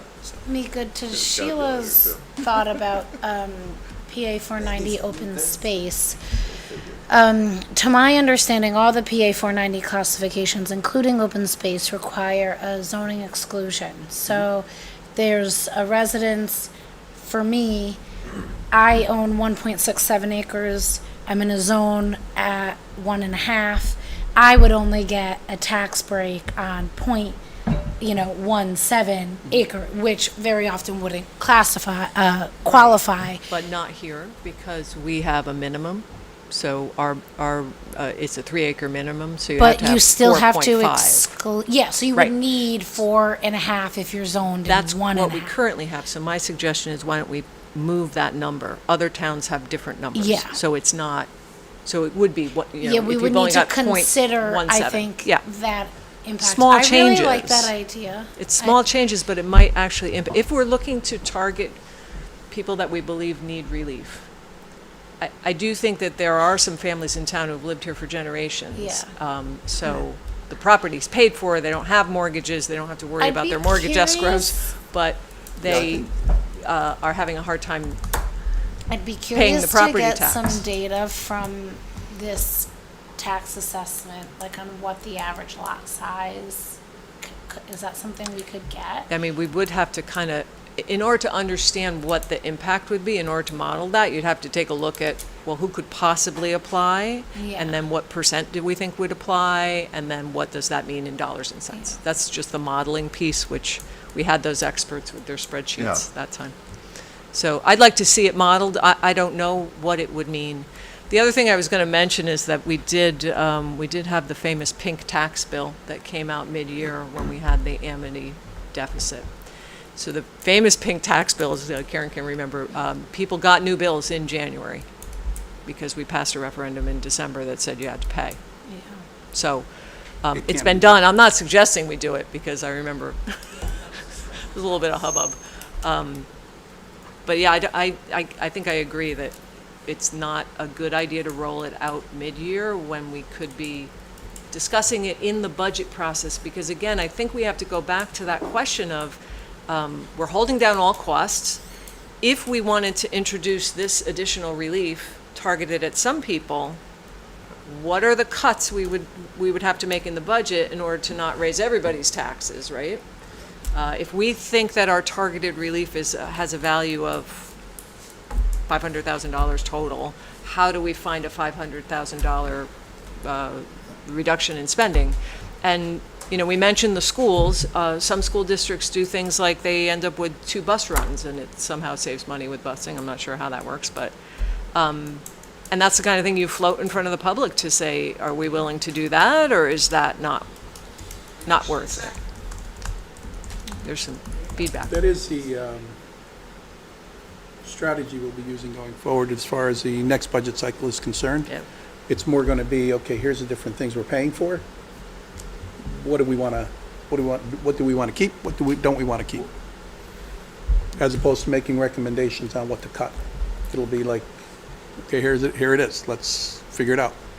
How do we And we keep have costs to, down? what we need to do is get a little closer to the Board of Education, Yes. and finance in particular, get a little closer to the Board of Education expenses and see exactly, and that again, it needs to start sooner than the budget process. Yeah. Well, now that I'm back on the reservation, Got more ideas. I guess You can talk about the, Amity now? yeah, the, That's not on the agenda no, for tonight. just, Oh, by the way, I'd like to limit this, let's not go past 8 o'clock on this, or sooner. Let's, Yeah. all right?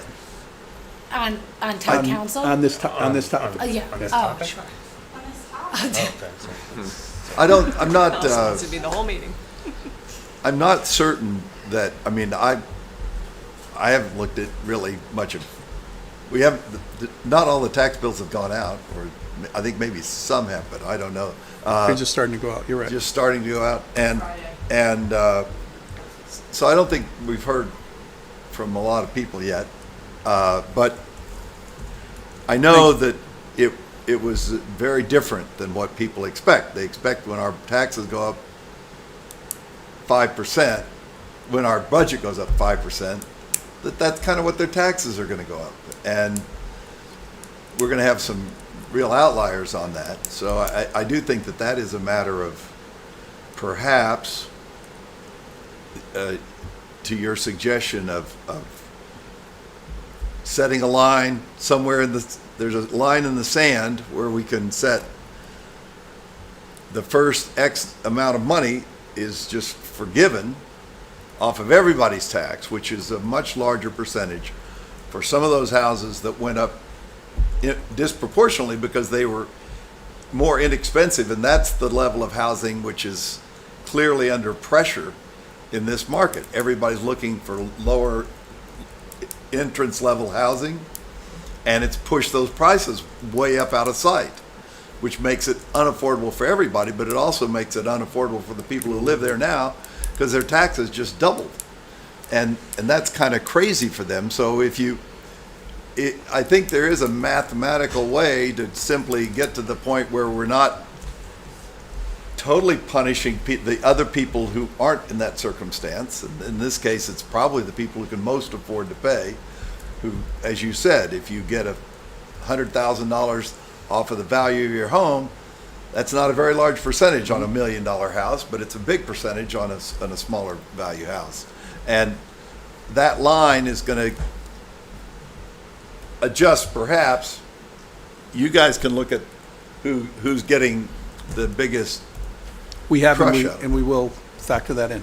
And we have, that's exactly the approach we've taken. So I think it's enough on that. The last thing I'll say is just keep in mind, in addition, like you were saying, Andrea, about, okay, we have to get that money from somewhere, maybe we spend less or something along those lines. The other consideration is if, in some instances, if an $800 relief program keeps somebody in their house, you also have to factor in, what does that save you if it's a 3-bedroom home? Sure. You know, that type of thing there. Absolutely. So with that, Important point. so Moving next on. item. All right, I'll try not to bog us down here, but I was asked to speak about the different silos, I'll call it, for the Board of Selectmen versus the Town Planning and Zoning Commission. So, as we all know, housing is a big topic in town. We also know recently TPZ changed its zoning regulations to basically allow for the development of larger housing in more locations across town, than the regulations would have allowed previously. Some folks in town do not agree with those changes, and have been critical of TPZ members and are urging this board to sort of do something about it. So that's why I was asked to speak. So I want to be very clear here. The TPZ and the Board of Selectmen are entirely separate entities with entirely separate legal roles that are defined by the law. State law, our local charter, our local code. The Board of Selectmen doesn't control the TPZ. Period. It doesn't. It doesn't have authority or control, this board, over the duties of the TPZ or the process for how the TPZ carries out its duties, all of which are very specifically and strictly defined in state law. The power this board does have related to the TPZ is as the appointing authority. So you fill the membership seats. Otherwise, TPZ must act according to the way the law says it must act. Does the law give TPZ some discretion to analyze a proposed project and determine if it satisfies the zoning regulations? Yes. Or does the TPZ have some discretion to change the zoning regs entirely? Yes. I mean, the law allows for that. That's part of their statutory powers. The TPZ members are the ones who are appointed to those positions. I mean, really because they've been vetted by this board and are the ones who are considered qualified in the field of land use. That's why they're in these positions. They do consult with me. They consult with the town's land use professionals as necessary.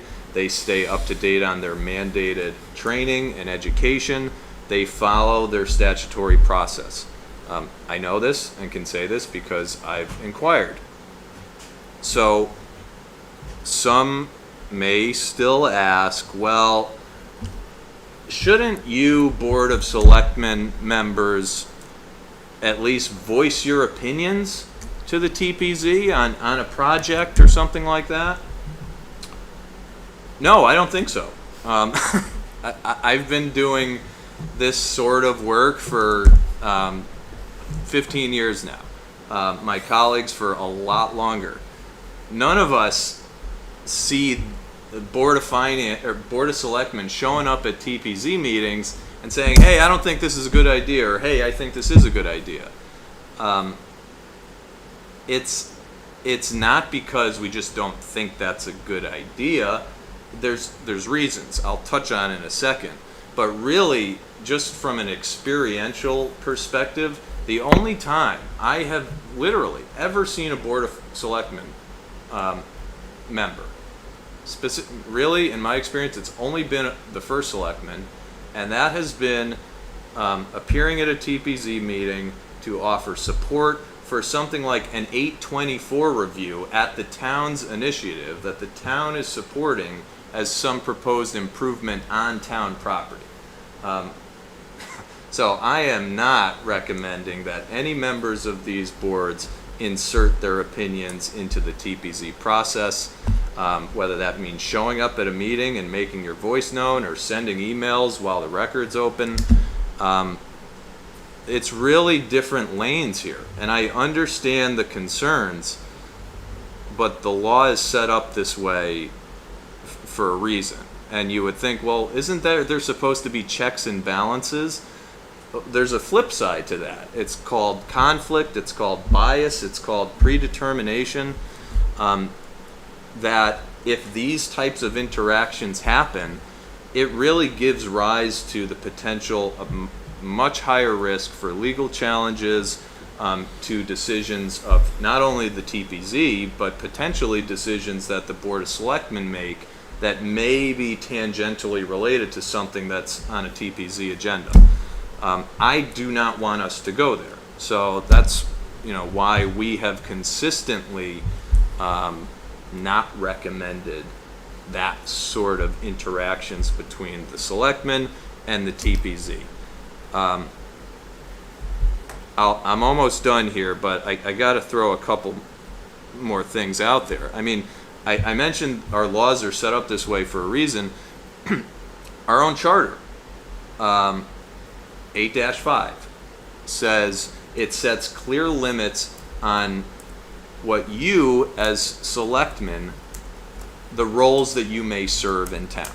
So I'll just read it. No selectman shall, during his or her term of office, hold the office of town clerk, registrar of vital statistics, treasurer, tax collector, probate judge, registrar of voters, and then this one. No selectman, which we know, we've talked about a bunch, no selectman shall, during his or her term of office, be a member of any other town board, commission, or agency. That's setting boundaries here. So, I mean, what I'm saying sort of goes along with that concept that's even built into our local law. Layer on top of that, we all know the Open Communities lawsuit is still pending. Any statements that selectmen are thinking about making or that the public wants them to make to TPZ will be spotlighted in that case and used however the plaintiffs in that case see is the most effective way against the candidly strong defense that we have been mounting in that case so far. So I'll just wrap by saying TPZ is required by law to give the public notice within certain timeframes of any applications it's considering. That includes actual proposals, like shovels in the ground type construction proposals, or that also includes proposed text amendments. Text amendments meaning zoning regulation changes, either at the commission's own initiative or that's applied for by a developer seeking to possibly use a zoning regulation change to build out whatever development that they're proposing.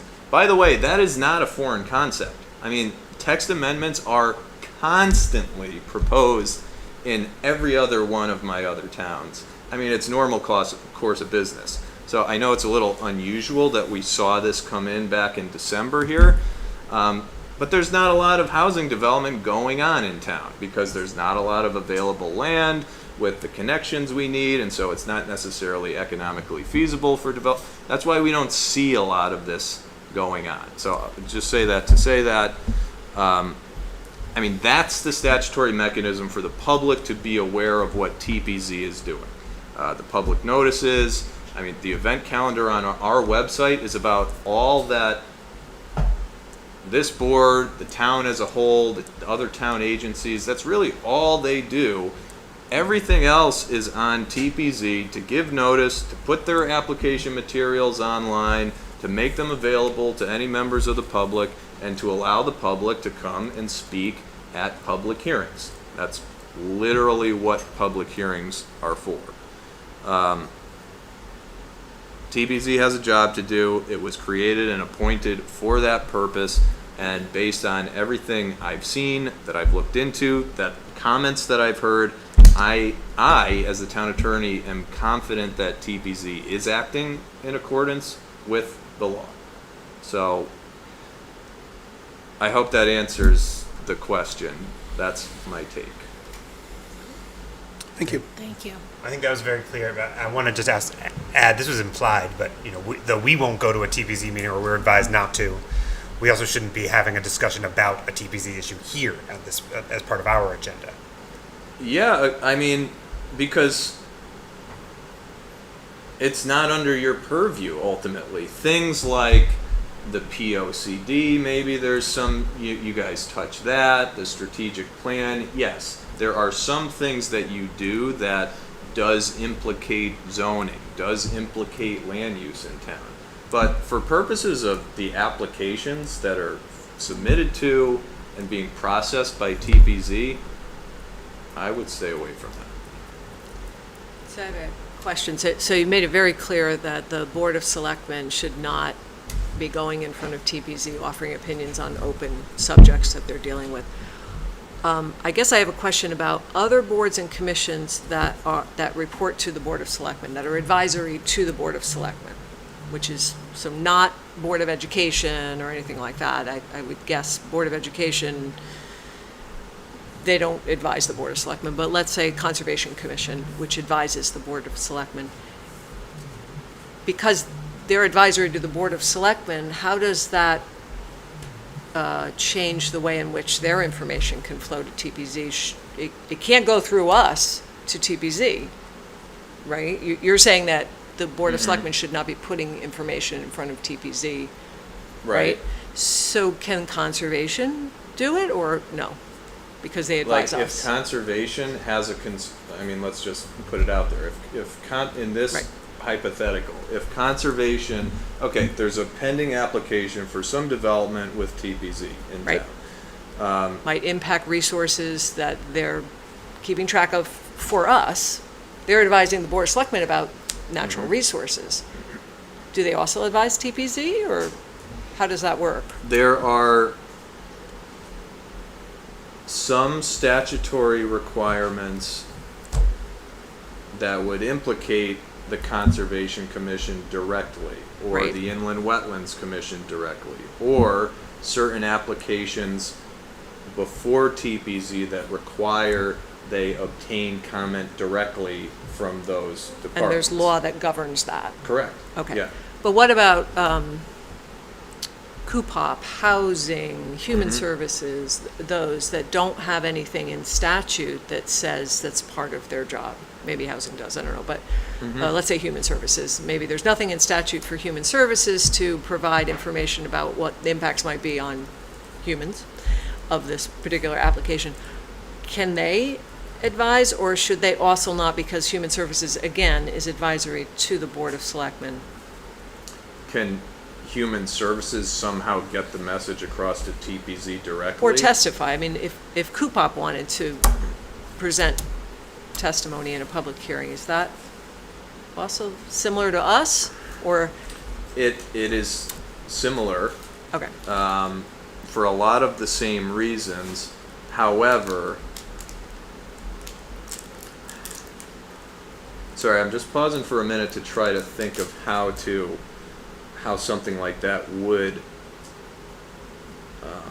not give me a lot of legal concern for it to go. I mean, I Yeah. would want to see a provision in the zoning regulations that says, okay, for XYZ type of application, part of it's going to be a referral to CUPOP or XYZ board for them to like provide comment as part of like the Right. built-in process. So absent that, I mean, that's something we could put in the ordinance, right? Generally, the ordinance does indicate that most of these boards and commissions provide their information to the Board of Selectmen.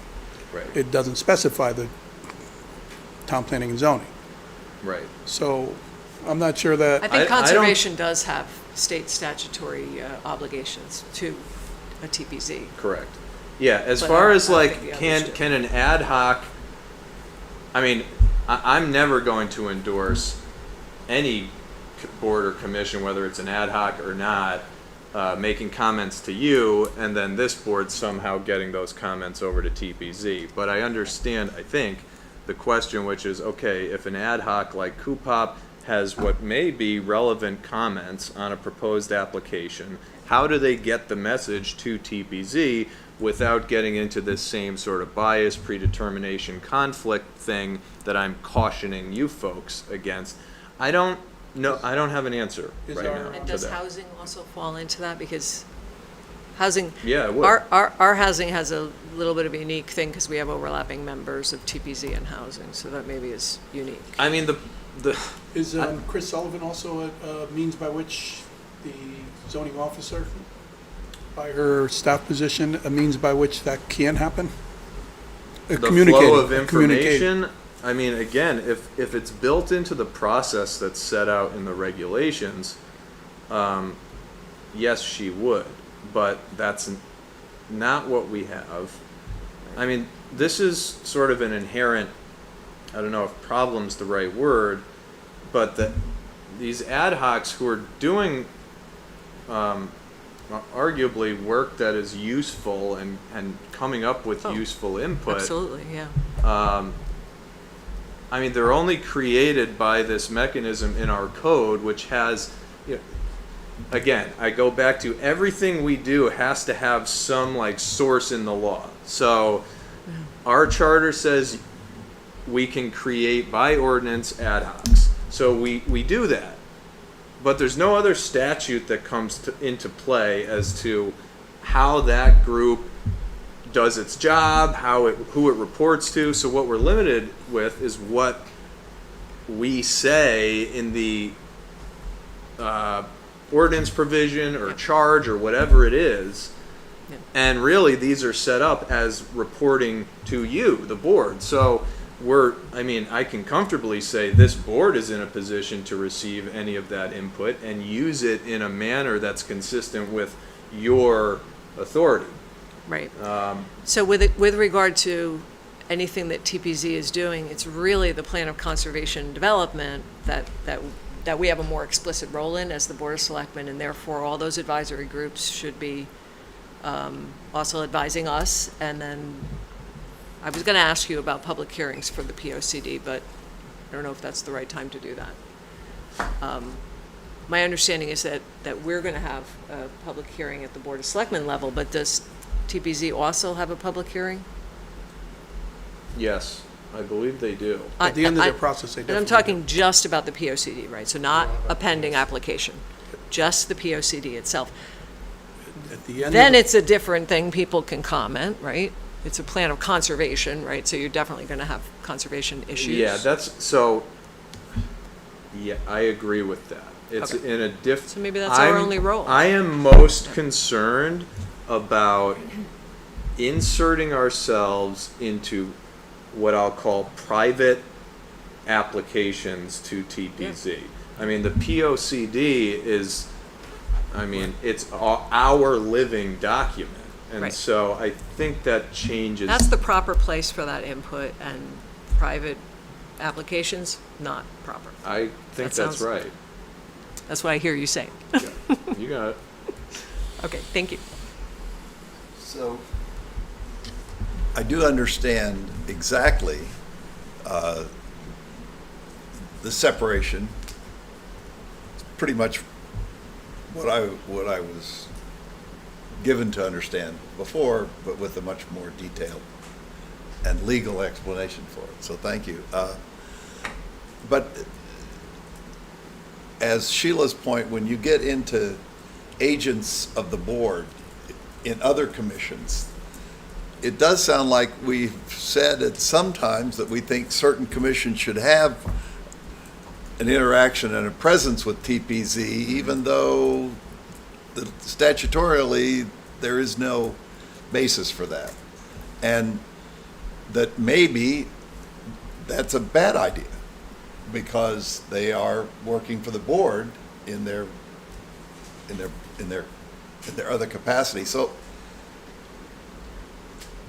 that hasn't been, when that's come in front of us, we haven't ruled that as being a conflict. So I'm a little bit confused because it does seem like it's a pretty close call, maybe, or maybe not.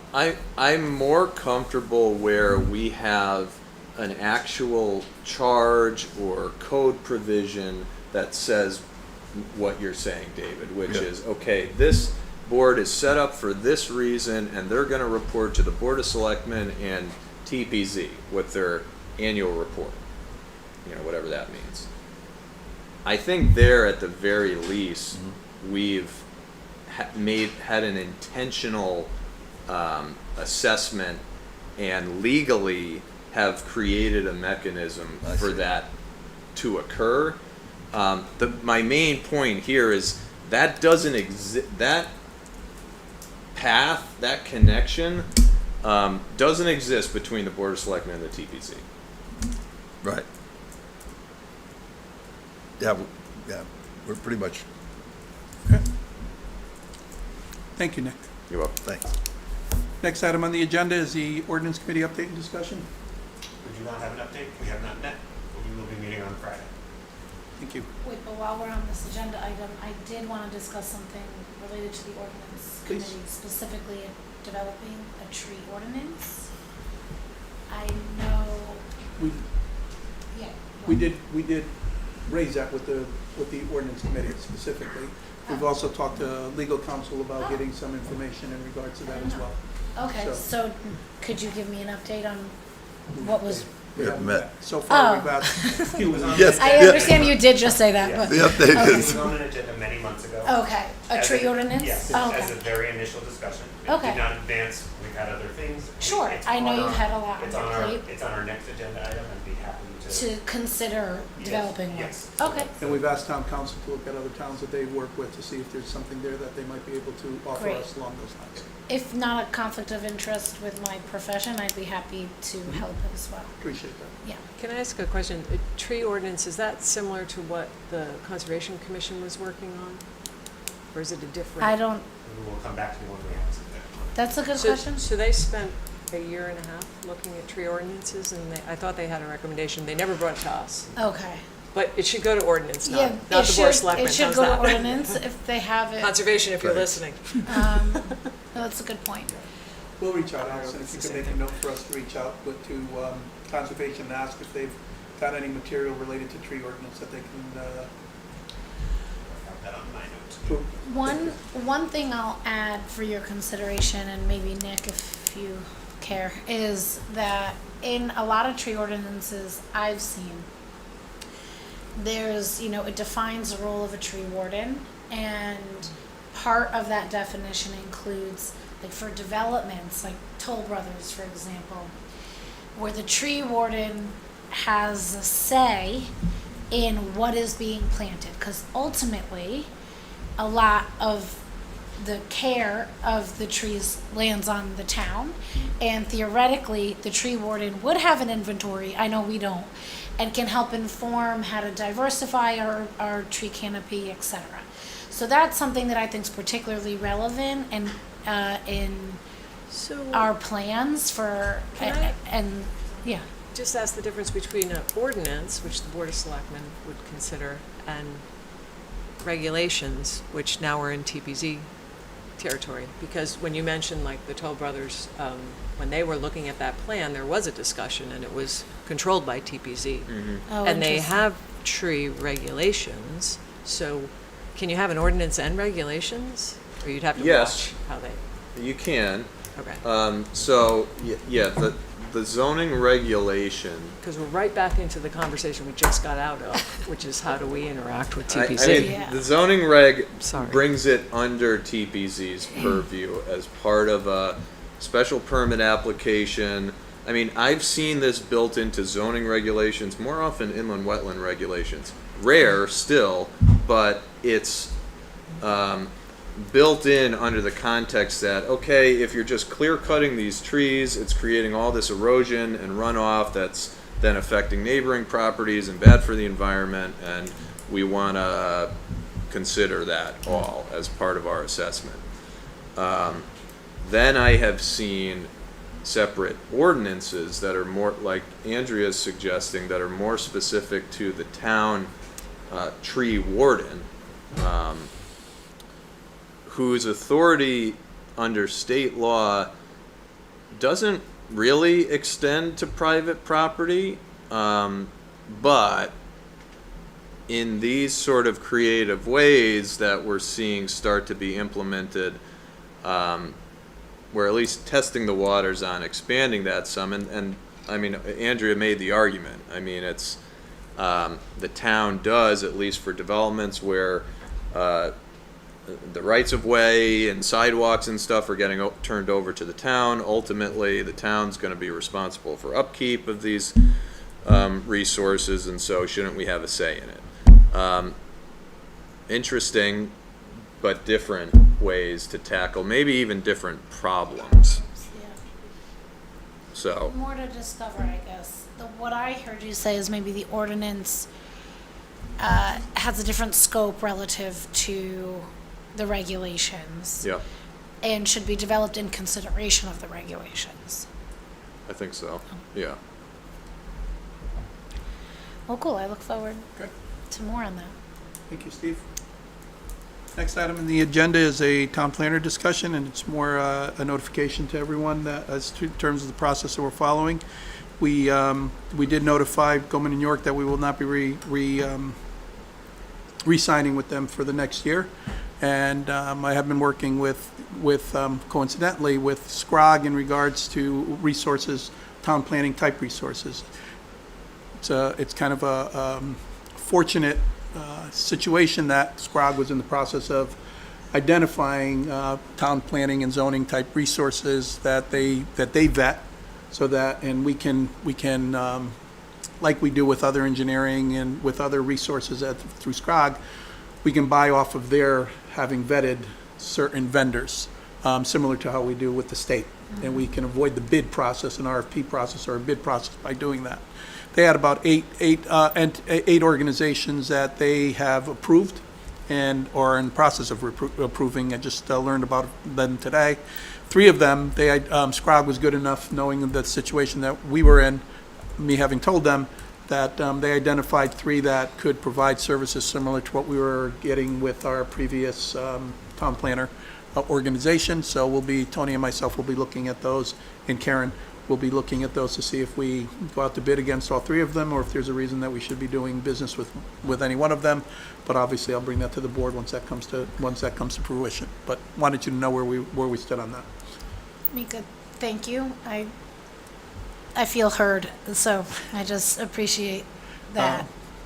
Yeah, Okay. that approach. It was a difficult decision from my perspective. I can tell you that I was engaged with our existing town planner extensively, particularly in the business district in terms of zoning type activity there. So, that's why I want to quickly decide on what we want to do forward, so whether we can continue that work. Because with the grant in particular, with the lot zip grant in particular, we want to make sure that we really start to focus on that. We've got Connecticut Main Street there as well. So we'll be moving quickly on this, just so you know. Can you repeat or remind me when the contract ends? June 30th. Okay, So, but we've already had the discussion with them. okay. Any other questions? Last item on the agenda is the consent agenda. Is there any, Make a motion to accept the consent agenda. Second. any discussion? I just wanted to, I didn't have time to look on Google Maps. The Woodbridge Lake Mead property is what, on Baldwin? Is that what I saw, the That's request? the person who applied. Oh, Yeah, that was- okay. they That's why I usually- was confused. Okay, so it's It's still. it's for this area here. Okay. Exactly. All right, thank you. Exactly. Yeah, okay, thank you. So, any other questions? I'll call for a vote. To adjourn? Oh, no, for the consent agenda. Consent agenda? Sorry, sorry. All in favor? It's unanimous. Motion carries. Is a Motion call to for adjourn. adjournment? So moved. Thank you, everyone. Thank you, everyone. Thank you.